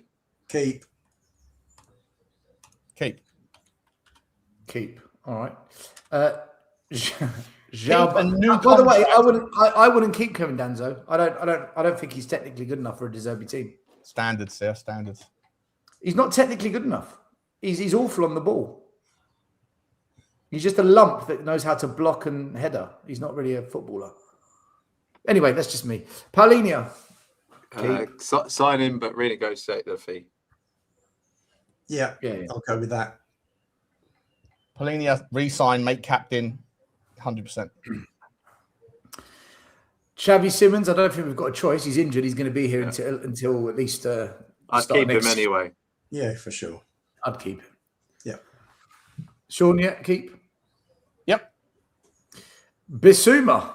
He played okay under De Zerbi. He played okay. His contract's up. I think he's gone. Yeah. Let him go for me. Bissouma's gone, yeah. Richarlison. Adios. Goodbye. Time to go. See ya. Didn't you find it interesting that after the last game of the season, he was one of 4 players that De Zerbi praised and said, I like him. He praised everyone, to be fair. Yeah. He praised Dragiston. I guarantee you he's one of the 12 players that he wasn't one of the 10, 11 or 12 players that he wants to keep around next season. All right. James Keep. Madison. Keep. Keep, I guess. I would sell. I just, if you're not available to play, I don't see the point of being at a football club. I just think he's too injury prone. I love him as a football player, but how many games are we going to get out of him next season? 15, 20 max, if we're lucky? I think he's a big character in the dressing room as well, so I'd keep him. I think he can affect games coming on as a sub as well. What if he's not available, Ferg? What if he's injured? Well, if he gets re-injured, then he might have to retire. I don't know. We'll have to see what happens. So we've got a new category: retire. Well, no, I'm just saying if he gets re-injured, he's had such a bad injury, it might be the end. Same with Kulu. Yeah. All right. Okay. Mateus Tell. New contract. Captain.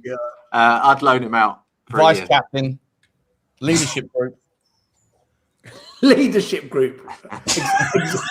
Executive board member. What are we doing? It's banter from Sean. This was such a sensible show until about 10 minutes. So, all right, okay. So Sean super keen on him, keeps him. Ferg is alone. What about you, Lubo? I'd sell. Listen to the state of that opinion. I'd sell. I would loan him to try and. Let me ask this, Lubo. Would you buy? Would you take Somerville right now? Just out of curiosity, Lubo. Which one, Jimmy or Crescenzo?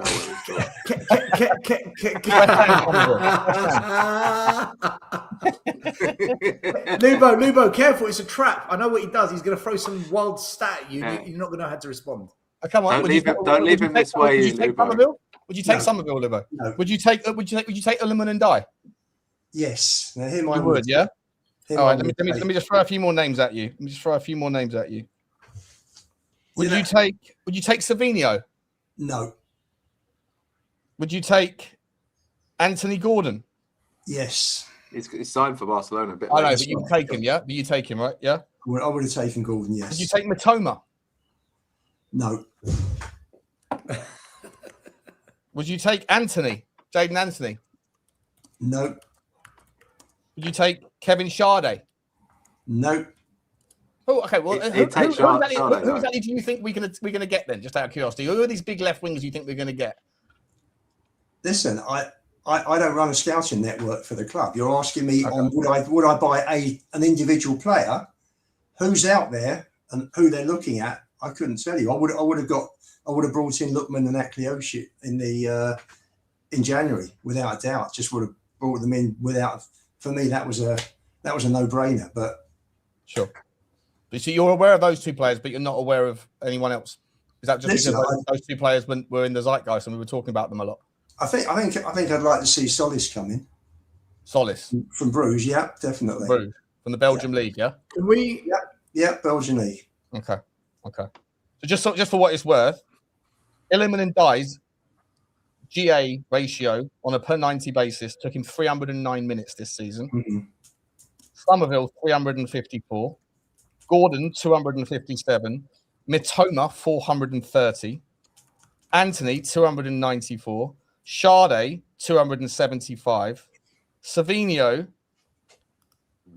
ridiculous, but if you go back to last season when he got 1 goal and 8 GA, slightly better, 196. That was on his best season in the Premier League, which was also particularly poor. Matisse Tell has essentially the same or far better GA output than any of those players I've just named for this season. The only player who's better is Savinho from last season. He was on 200 minutes per GA. And yet, I remember when everyone was complimenting his work rate and how much he buys in and how much he works and tries and everything else, people were then pointing to the GA and the output saying, he's shit, he doesn't do anything. As soon as suddenly the GA catches up with the conversation, suddenly the argument pivots to GA is not the only way to judge a player. If you're not judging a player on their output and you're not judging a player on their work rate, what exactly are you judging a player on? I think football intelligence for me. I think he has very little football intelligence, Sean. I think the clearance across the box was not the first clearance across the box that he's done. You had the overhead kick against Leeds. We're in an awful position. You know, if we'd have lost that, as it turned out, we'd have scraped up by a point, but we weren't to know that at the time. And there were a couple of situations, the last few minutes at Chelsea last week, where his football ID, football intelligence, IQ, rather, his execution it was just appalling. It was just, and he knew, and he put his head in his hands, and you just think, you're looking for a reason to point to the fact to support your argument. You don't have football intelligence on a 21-year-old. Why don't you point to Romero's football intelligence? How many bozo moments have he had? Romero's mentality is appalling, and for that reason, I want him gone. Which will come to in a minute. But for me, I thought to myself, when he won the corner at Wolves, he put the ball in for Richie at Villa. He scored that worldie against Leeds. You just thought to yourself, is something starting to come through? And then I saw the overhead kick, and then I saw what happened at Chelsea, and you just think he's just not there. It's just the football IQ's just not there. He's great in moments. He can be superb in moments. You know, the goal against Bournemouth. He's just turned 21 years old. He's not the finished artist. Listen, that's my opinion. You like him. Oh, I find myself in a similar situation to Daniel Levy, defending people against ridiculously unreasonable critique, is what I would say. Well, listen, we'll have to agree to disagree, but that's what makes football so great. It's a game of opinions, isn't it? Yeah. Should we go on to the next player, seeing as we've got another 30 to go? Yeah. Go do it quick. Destiny Udogie. Keep.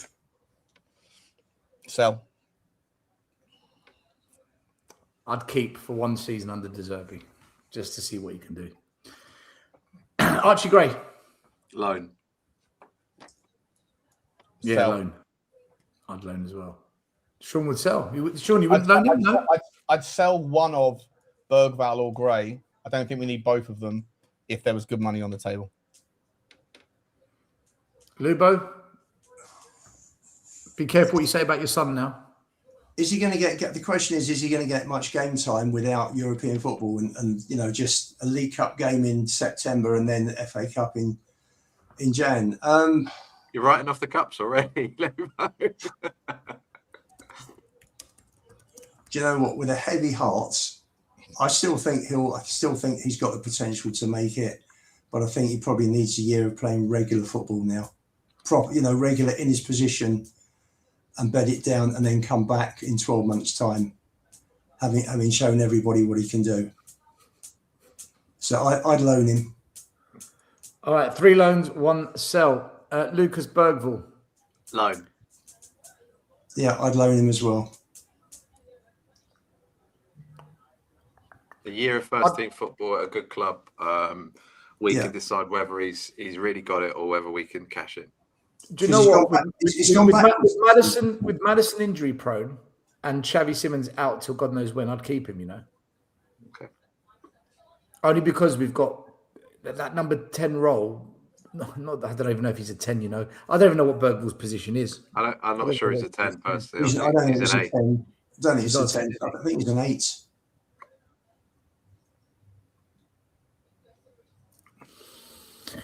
All right.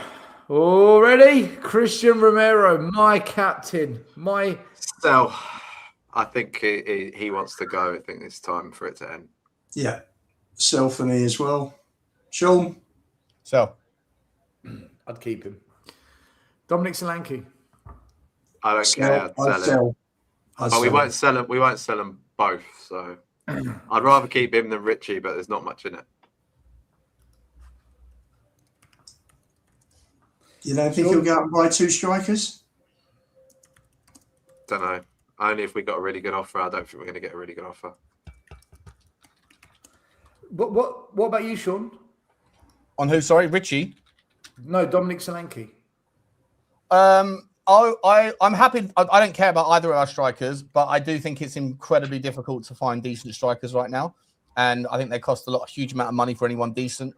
I don't think it's realistic to sell both of them and find 2 replacements this summer. So I would say keep him for 1 more year and see if his injury problems are behind him and let him have. But I don't think he's really had a fair crack, to be honest. When he was under Ange, he was asked to play sacrificial lamb, and then this season he's completely destroyed by injury. So I'll give him 1 more year. Mohamed Kudus. Keep. He's injured and he's one of our better players, so keep. Kulusevski, I'd sell him. I think he's finished. I don't think we can sell him. I don't think we can because I don't think he'll pass a medical. No. I don't think he'll play another game at top level.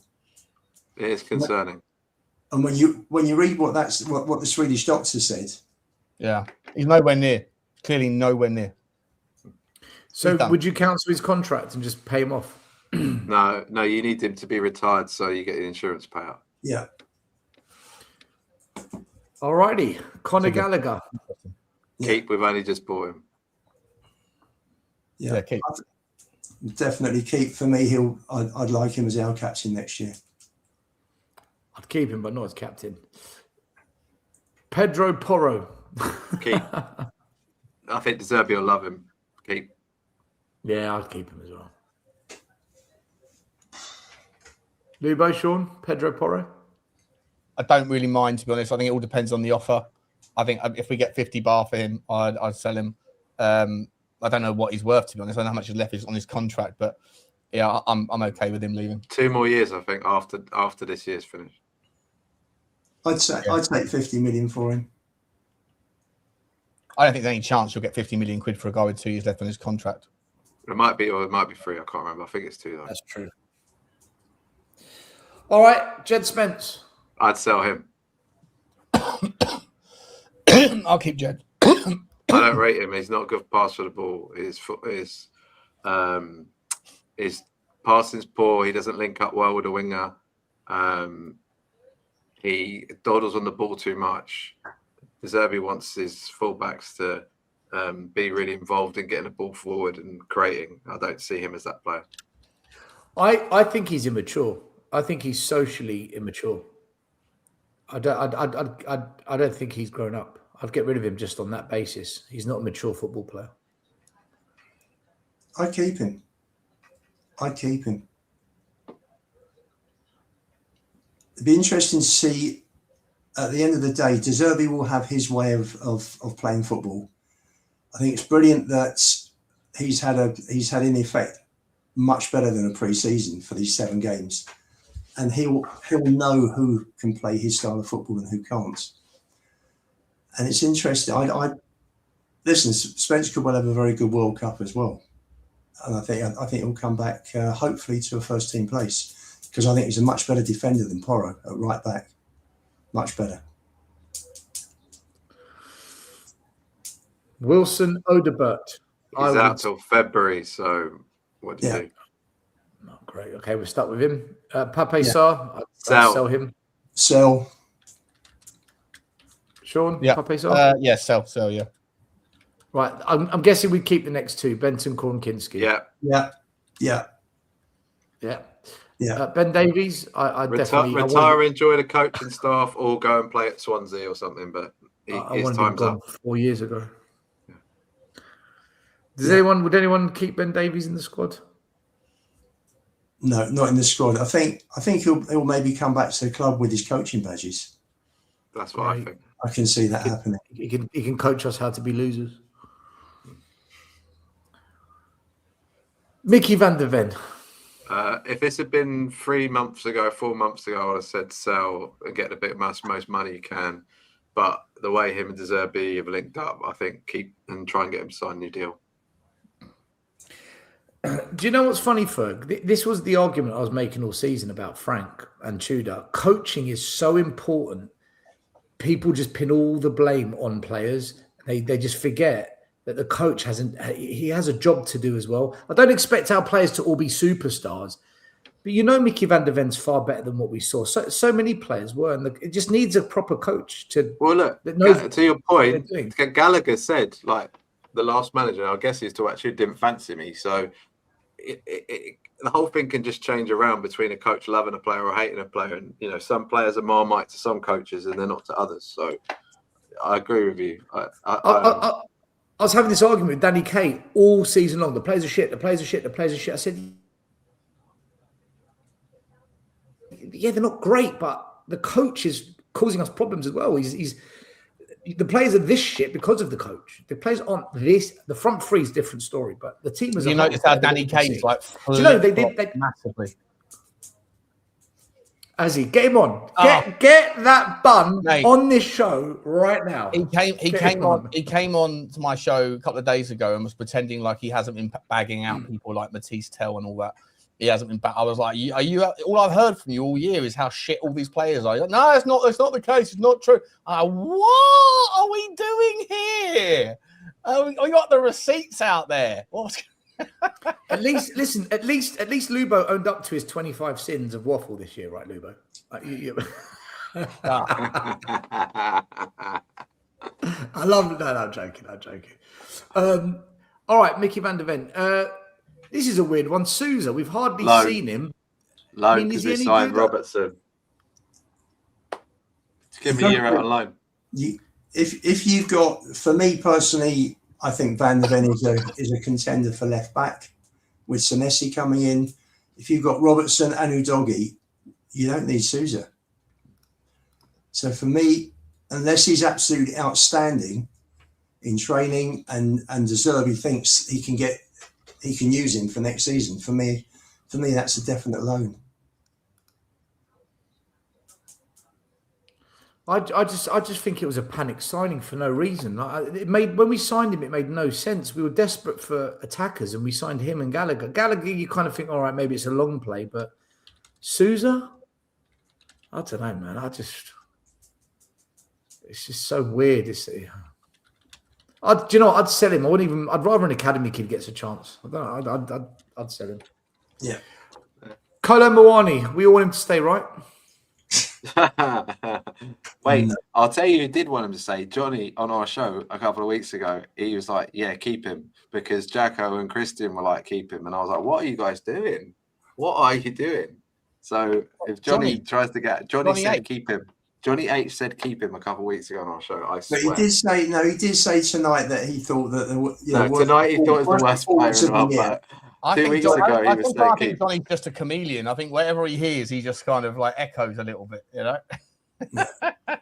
I think those two sort of shanghaied him into going along with it, and I was like, "What are you doing, guys? This is awful." That's madness. Absolute madness. Brandon Austin?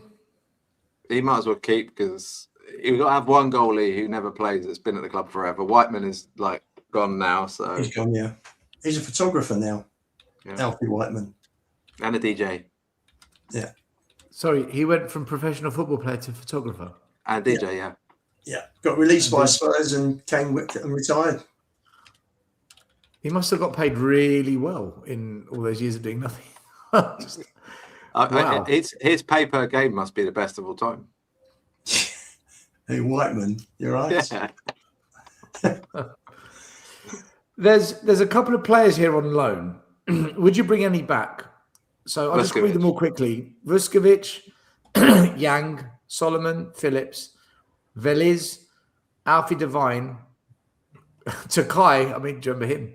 And Scarlett. Do any of these 8, do you think they're worth bringing back in? Well, he's injured, isn't he? He's got he's back.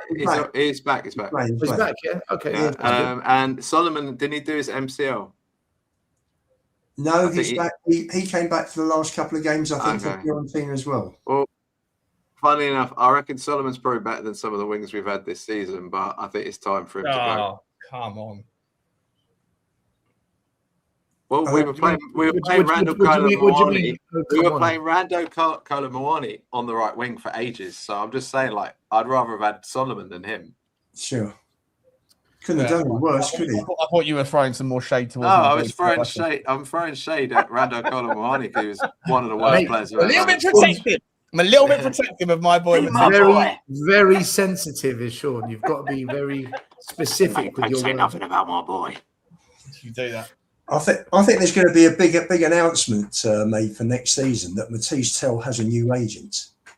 Sure. I reckon. Yeah, YouTube talk show host Sean Butler is representing his boy. Is Veliz AI in that? Look at Veliz. He doesn't look real, does he? Like, what is going on? That one he does, but they've stuck his head on someone else, haven't they? Bit deformed, isn't it? Do you see any of these players featuring in our team next season? Vuskovic, okay, yes. But, I mean, Yang and Takai have never played for us. Solomon played for 2 minutes. Phillips has played half a game. Scarlett, I mean, how long is he going to hang around this club? No. Alfie Devine, he's never going to get might be the new Whiteman. He's a new Whiteman, isn't he? Dane Whiteman. He's actually now 28 and he's been at the club all that time. Yeah. Alfie Devine is the subject of, there is if Preston come up with the money, I think 5.5 million, Devine's going to Preston. That was part of the loan contract. If we'd have gone down, they might have had a chance to do something at the club, but we didn't, thank goodness. So for me, I think they're all gone except Vuskovic. It's interesting. They haven't put Mikey Moore up there. They haven't put George Abbott up there, and Abbott's a useful player as well. But listen, they'll all come back. They'll all come back. Deserby will have a look at them. He'll make up his mind. He doesn't really play a lot of youth players, is the feedback that I've heard. So I think a load of them are going to get on loan again. What's interesting though is that in training, I hear he's through with Stuart Lewis's advice, he's bringing some of the youth players into first team training to have a look at them. Wasn't Tyler Thompson training with them a bit at the end of the season? Yeah. I mean, I hope he uses them, but he's not renowned for doing it. Let's use that as a segue onto the last conversation for the night. Our hopes for next season. What do you realistically hope will happen next season in terms of the way we play, the games we win and lose, where we finish in the league, cup runs, only playing one game a week? Will they finally have a proper recruitment team in place? Will we have good transfers? Will we get rid of enough deadwood? In general, how are you honestly not? No, it's not about being honest. It's about hope. What is your hope? Forget honesty, just hopefulness, delusion. Top 6, finish 6th. If we finish 6th, I think I'll be quite happy with that after the debacle of the last 2 seasons. I mean, Ange managed to get us 5th. in his first season when we had a lot less games to play. There was a lot less demands. I mean, yeah, I'm hoping we could finish like 6th. If we did that, I think it'd be a pretty good turnaround from where we've been. A good cup run as well. Do you think that's in one of the cups? Ferg, will that need a really, really good transfer window, one that we've not really seen before, and a proper recruitment team in place to do that? I think it does, because we've got so many players we're relying on that are compromised one way or another. They're either injured, working their way back, or out. And we need to bring in, some serious players to make sure that we're not left short again, which is something they've been very guilty of. I think we need maybe an experienced goalkeeper if Vicario leaves. If Romero leaves, we probably need another centre half. We need a ball playing central midfielder, maybe a deep line one. We need strikers that can score goals and a winger that can beat a man and create. So you're looking at what, 6 or 7 players? Yeah, yeah. And I don't know if that's realistic, but that's what we need. As well as the one. 7 or 8. Oh, we need to get rid of 10, maybe.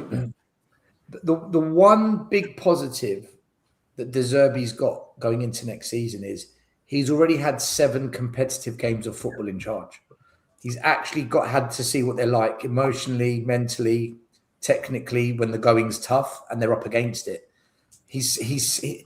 That for me is priceless, because just having a pre-season is so fake. Friendlies are, no one's really going in for it. People don't want to get injured before the start of the season. Having sex, having 7 proper competitive games under your belt going into a new project, I think gives him an edge compared to previous managers that maybe didn't all have that. Oh, for sure. I think when he came in, his one remit was to keep us up. To change a team's mentality, lift players' confidence, and bring his own style of football in. He didn't have the time. But you're right, it has given him an opportunity to look at the players and to judge whether he thinks they can play his way. And for that, I think it's brilliant. He doesn't have to mess about with pre-season. That's why I'm quite optimistic about next season. Where I think they'll finish, realistically, depends on the transfer window, doesn't it? I mean, see, Lubo, you know what? You're right. It's so hard to think what we're going to do until you know what that squad looks like. It's so difficult to know, isn't it? You can't really predict it. That's why I'm punting 6th off just a feeling, because with this ownership, you just never know what you're going to get. It's like a box of chocolates. You might just get complete crud. You know what you're going to get. Yeah, not great. But, the 2 signings that they're making already are both sensible. Like Robertson, he's a little bit maybe past his best, but he's a winner. He knows how to dig things out. He knows how to play at top level. Senesi's a really good player. That's a good start. So I'm hoping they can add to that with some signings that come in for, I don't think De Zerbi's going to want crazy money players. He might want people with big wages. But if we could get like a Locatelli or someone who could be that deep line ball playing midfielder, we might look like a really, really different team. And I agree with the statement. He's had that 7-game pre-season, real season of competitive football. He's not guessing about these players. He can turn around to the board now and say, I want X, Y, and Z out, because he's seen him and he knows that they're not going to cut the mustard. Yeah. Listen, we've had two seasons of 17th. I think people have got to be realistic with their expectations. And let's see, the Lewis family have opened their mouth now and put themselves in the firing line in terms of backing the manager, and we're going to do this, we're going to do that. Talk is cheap. Let's see him do it. But Lubo, hold on a minute. What have they said they're going to do? What have they actually said they're going to do? Well, they're going to make sure that we don't run into the same problems that we've run into in the last couple of years. If you read you got to read between the lines, because they don't actually say anything. That's my point. That's exactly my point. There isn't anything tangible. There isn't anything tangible.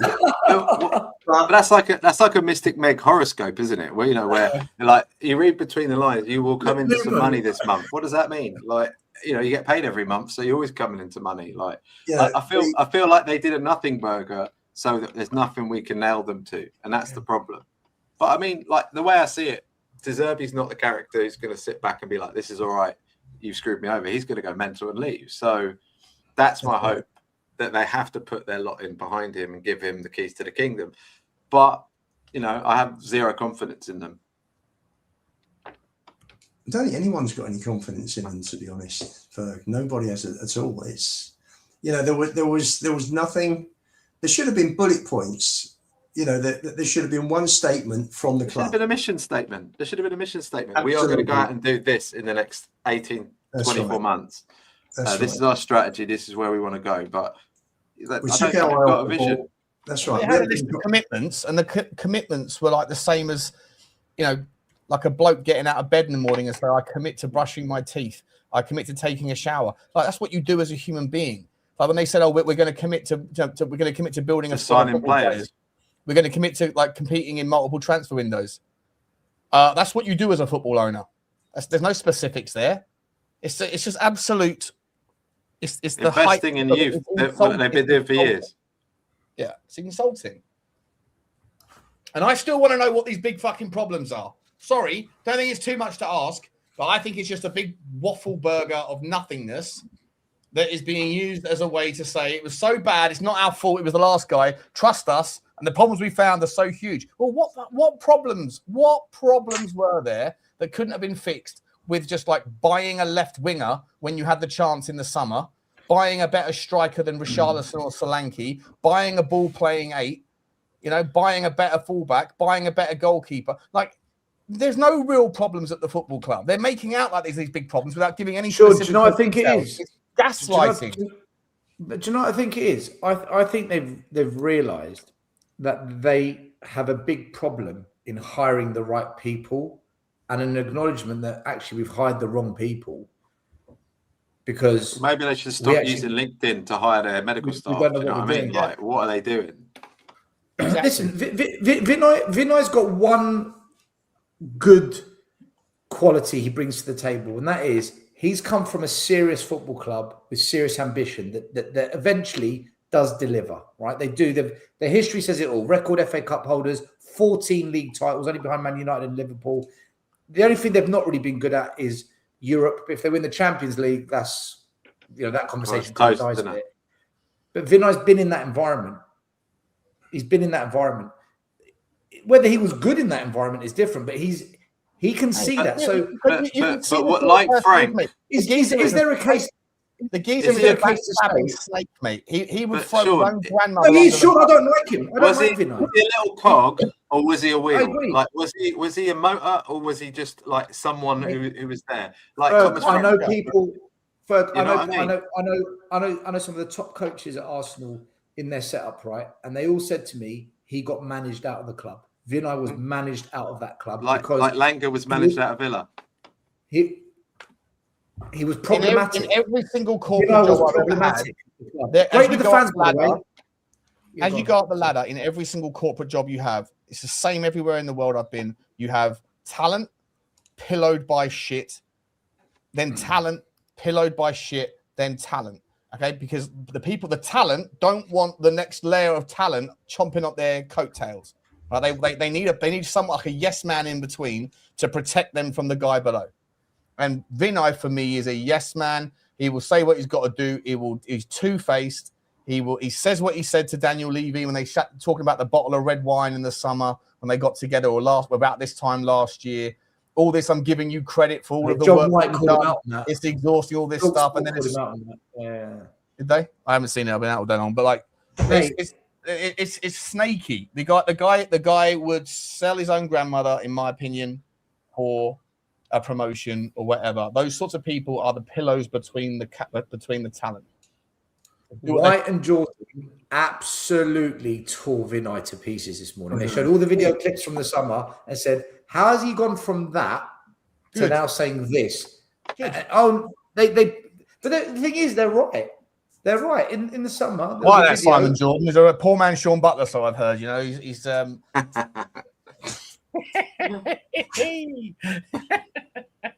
He's the junior vice president of the Levy fan club. That's right, Levy fan club. Yeah. there's your chairman, and he's the junior vice chairman. Do you imagine Sean and Simon Jordan out for dinner? Yeah. The Levy Appreciation Society. It would be nice, mate. It'd be nice. Me and him we'd share a nice drop of rouge, you know. Can you imagine a couple of bottles of wine and meeting of minds. Daniel Levy. Daniel Levy loves me. Yeah. Admiring different pictures. Does it look cute in this one? Don't click that. So, all right, very quickly, where do you think? We'll do this question again 3 months later, but as it stands now, with what you think might happen and any possible changes, where do you think Spurs will finish next season in the league? I'm going 6th. That's it. 6th and a good cup run. 7th. Anywhere between 6th and 8th. I mean, it's pure speculation at the moment, isn't it? But anything between 6th and 8th. I think we get Europe, either Europa Cup or Conference League. I think we get back into Europe, but I don't know where. Either 6th, 7th. I'm with you, Liv. 6th. We're all probably in the same ballpark. Next season we get to a cup semi-final, like a Carabao Cup semi-final, finish 6th, 7th or 8th, whatever, somewhere around there. Season 2 under De Zerbi, we win the Europa League. Because if you qualify for the Europa League as an English club right now, it feels like you've got a really good, and suddenly all of your where's all our trophies, all that conversation gets a little bit more dented, doesn't it, eh? And then without your chairman here, without Daniel Levy here, hey. Then the problem is our season when we're in Europe, we go stinky. So that's Tottenham conundrum. Yeah. Do you think? Can I ask you a quick question? Do you think the shine off the Europa League has come off a little bit, given off European football, given the fact that this year it looks like it could be 3 English teams that win all the European competitions? Last season, Tottenham won it. Yeah. You know, the year before that, a couple of years ago, West Ham won it. Do you think like the European caliber is not quite?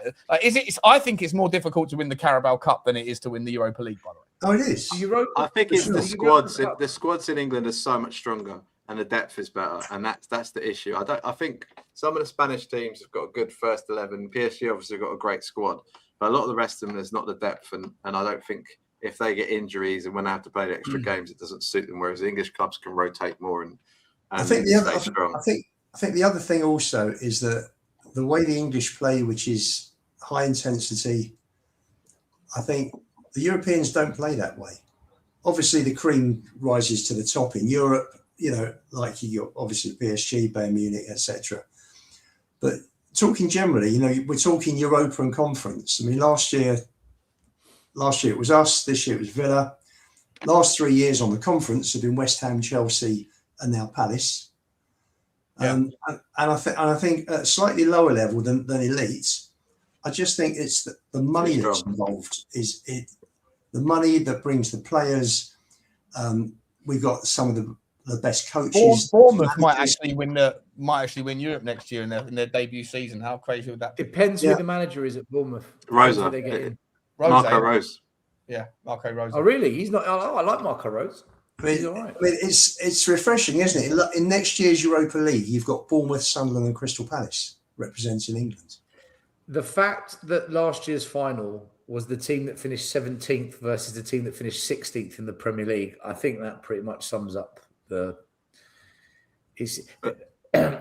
you've got the best 5 teams in each league all going into the Champions League, whereas back in the day it would be the top 2 only, and 3rd, 4th, 5th would go into the UEFA, which made it a really good competition. And even recently, if you drop out of the group stage in the Champions League, you get a second bite of the cherry. They should bring that rule back, by the way. They should bring that rule back.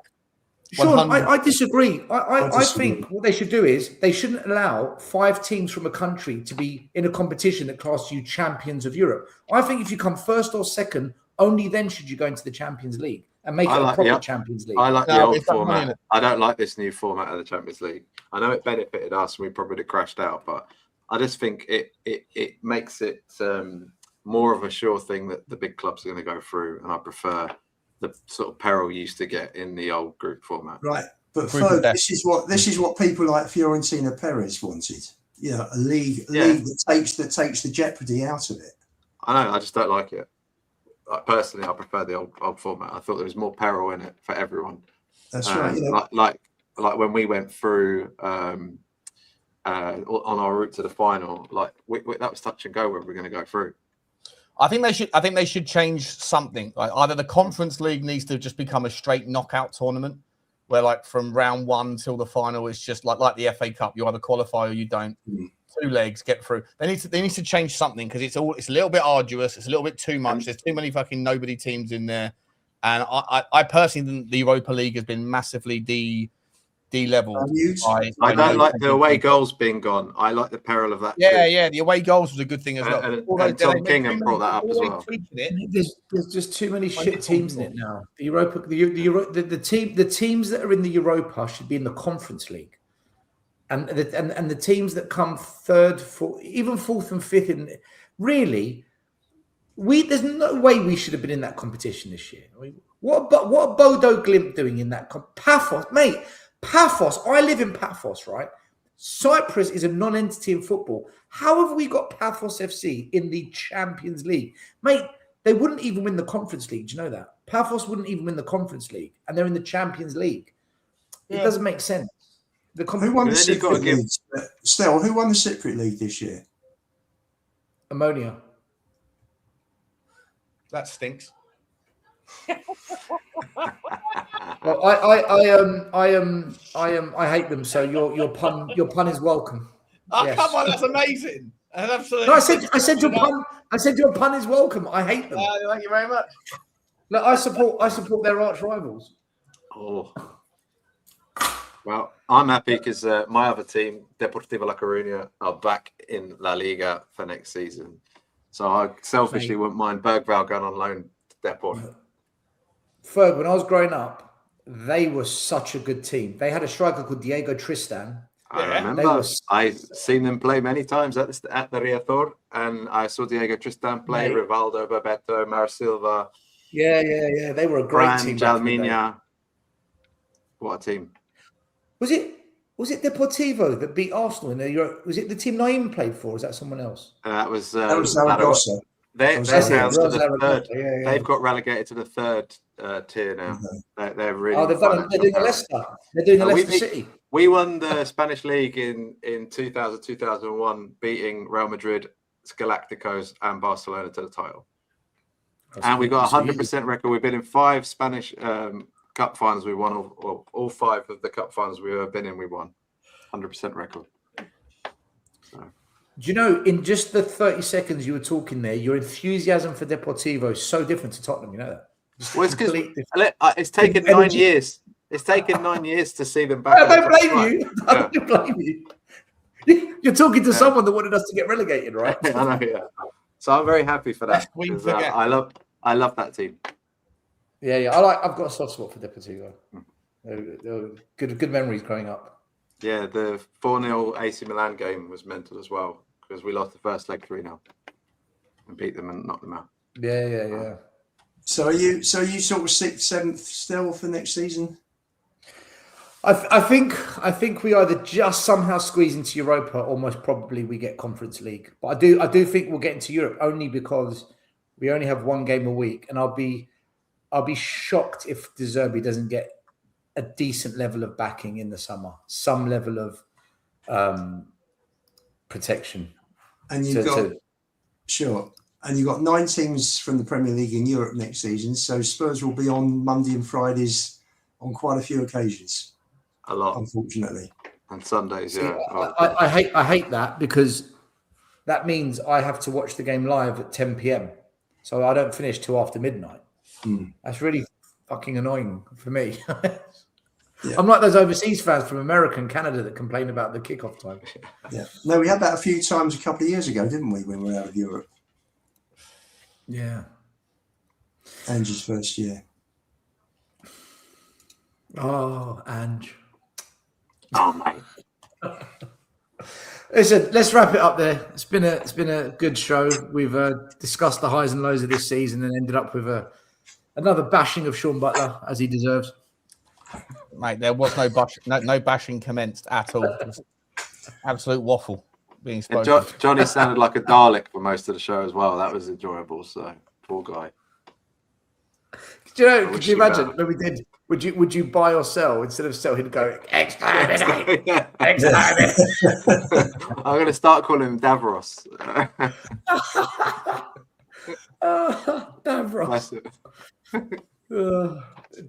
Yeah, sorry everyone. Johnny had to leave earlier. His TARDIS had to make some moves. He had to chase Doctor Who. Just to say as we wrap up, thanks again to Sean and Estelle. Been brilliant working with you guys for the last 81, 82 episodes. How many it was? 82. I think this is episode 81 tonight. It's 81, is it? Wow. Yeah. And we look forward, Johnny and I look forward. We're just putting together something at the moment, and we'll get back to you very, very soon. And it's going to be well worth watching. So, Lubo, just so the people watching know, are you guys going to be live on Monday, or is there going to be a little bit of a break? Monday might be a bit too quick, but all depends how quickly we get things sorted. But good luck to you, Lubo. Good luck to Johnny as well. It's been a pleasure working with you guys. It won't be the last time, will it? No, of course. Battle you as a guest rather than as the host. You know, I'm going to come back in. I have to be respectful. I have to come in and wait for my turn to speak, rather than coming in like a steam train, pulling a that'll be a first, won't it, Sean? Yeah, absolutely. Never going to happen. That'll be a first. Have you noticed, right? I might be able to mute you as well. Don't you ever mute me. As soon as the word, I'll have an anti-Daniel mute key on the keyboard. Just so you know, though, you're not taking all of my jingles are leaving with me. You have to find your own jingles. No more order, or look what just happened. The cooking, all that stuff. Create your own going forward. That stops it. As it's last time we go together, as it's the last time we did a show together as a Spurs Five, just one last time. What's going on? Do you want me to turn that thing off? You've got to turn it off. When you turn it on, you've got to turn it off. Have I taught you nothing?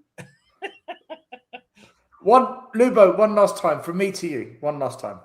Sure. We have a flip-flop. Everyone changes their mind.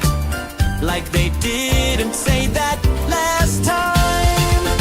We have a flip-flop, trying to erase the past. Well, buddy, you're having a laugh. That is the most used jingle on the Spurs Five ever. Lubo, is it true that the new version is going to be sponsored by Havaianas, or was that just a lie? Wait and see. Mate, that thing got absolutely rinsed, that jingle. So I remember when I first used that on you, and you went mental. Still, you went absolutely mental. You weren't expecting it. I dropped it, and you went, "Oh, that's fucking outrageous, Butler. That's not cool, mate. That's not." It was an act. It was an act. I was acting. It was just an act. It's YouTube, eh, Stell? It's YouTube. Yeah. I'm a good actor. You weren't happy. You were not happy at all about that. Mate, that night I didn't sleep well at all. You know that I was fucking raging. I was raging. What's he done to me? I dare him. Listen, and I've got to say, listen. If you're committed to something, you're committed. Sean went on every single ENIC out protest. And I saw him there. I've got to hand it to you, Sean. You were there every single time. I've got the flip-flop costume in the... From hell or high water, you were there, mate. Yeah. You were there. I'm going to have to mail the flip-flop outfit to Johnny if he's changed his mind on Kolo Muani in the last 2 weeks, according to Ferg. I didn't know this. I didn't see him. I'll dig the clip out. Oh, no, please do. Please He do. changed his mind within the space of like 3 minutes as well. He was like, no. And then all of a sudden he's like, I'll keep it now. No. He's a chameleon. He waits until he sees what the popular take is. Yeah, I'm going to jump on board that. Deep down, I think he still thinks that He wants him Marnie to turn it around. might just come good. I think Okay, Jacko this is went it. on this big thing about like how he was going to have a remontada under De Zerbi, but that never happened. So Always love the comments. I must just say, Tom Gingham, when is Kane coming back? I saw the ITK that told me he was coming back last summer or this summer, and then is next that Jeff summer. or Howard? No, it's Howard, and he said to me, Howard, it's unlikely. So I could have told you that, but there you go. His mate doesn't get all his info correct. So listen, I do think where he goes, I don't know, but I do think Kane will come back and break the Premier League goal scoring record. I think that'll be one thing that he will want to come back and. Can you please just, because we sort of figured this out last time, that actually your whole Kane ITK geezer was actually just your own imagination. No. On a scale of 1 to 10, how close am I to the nail here that you just make a lot of this bollocks up? No, not at all.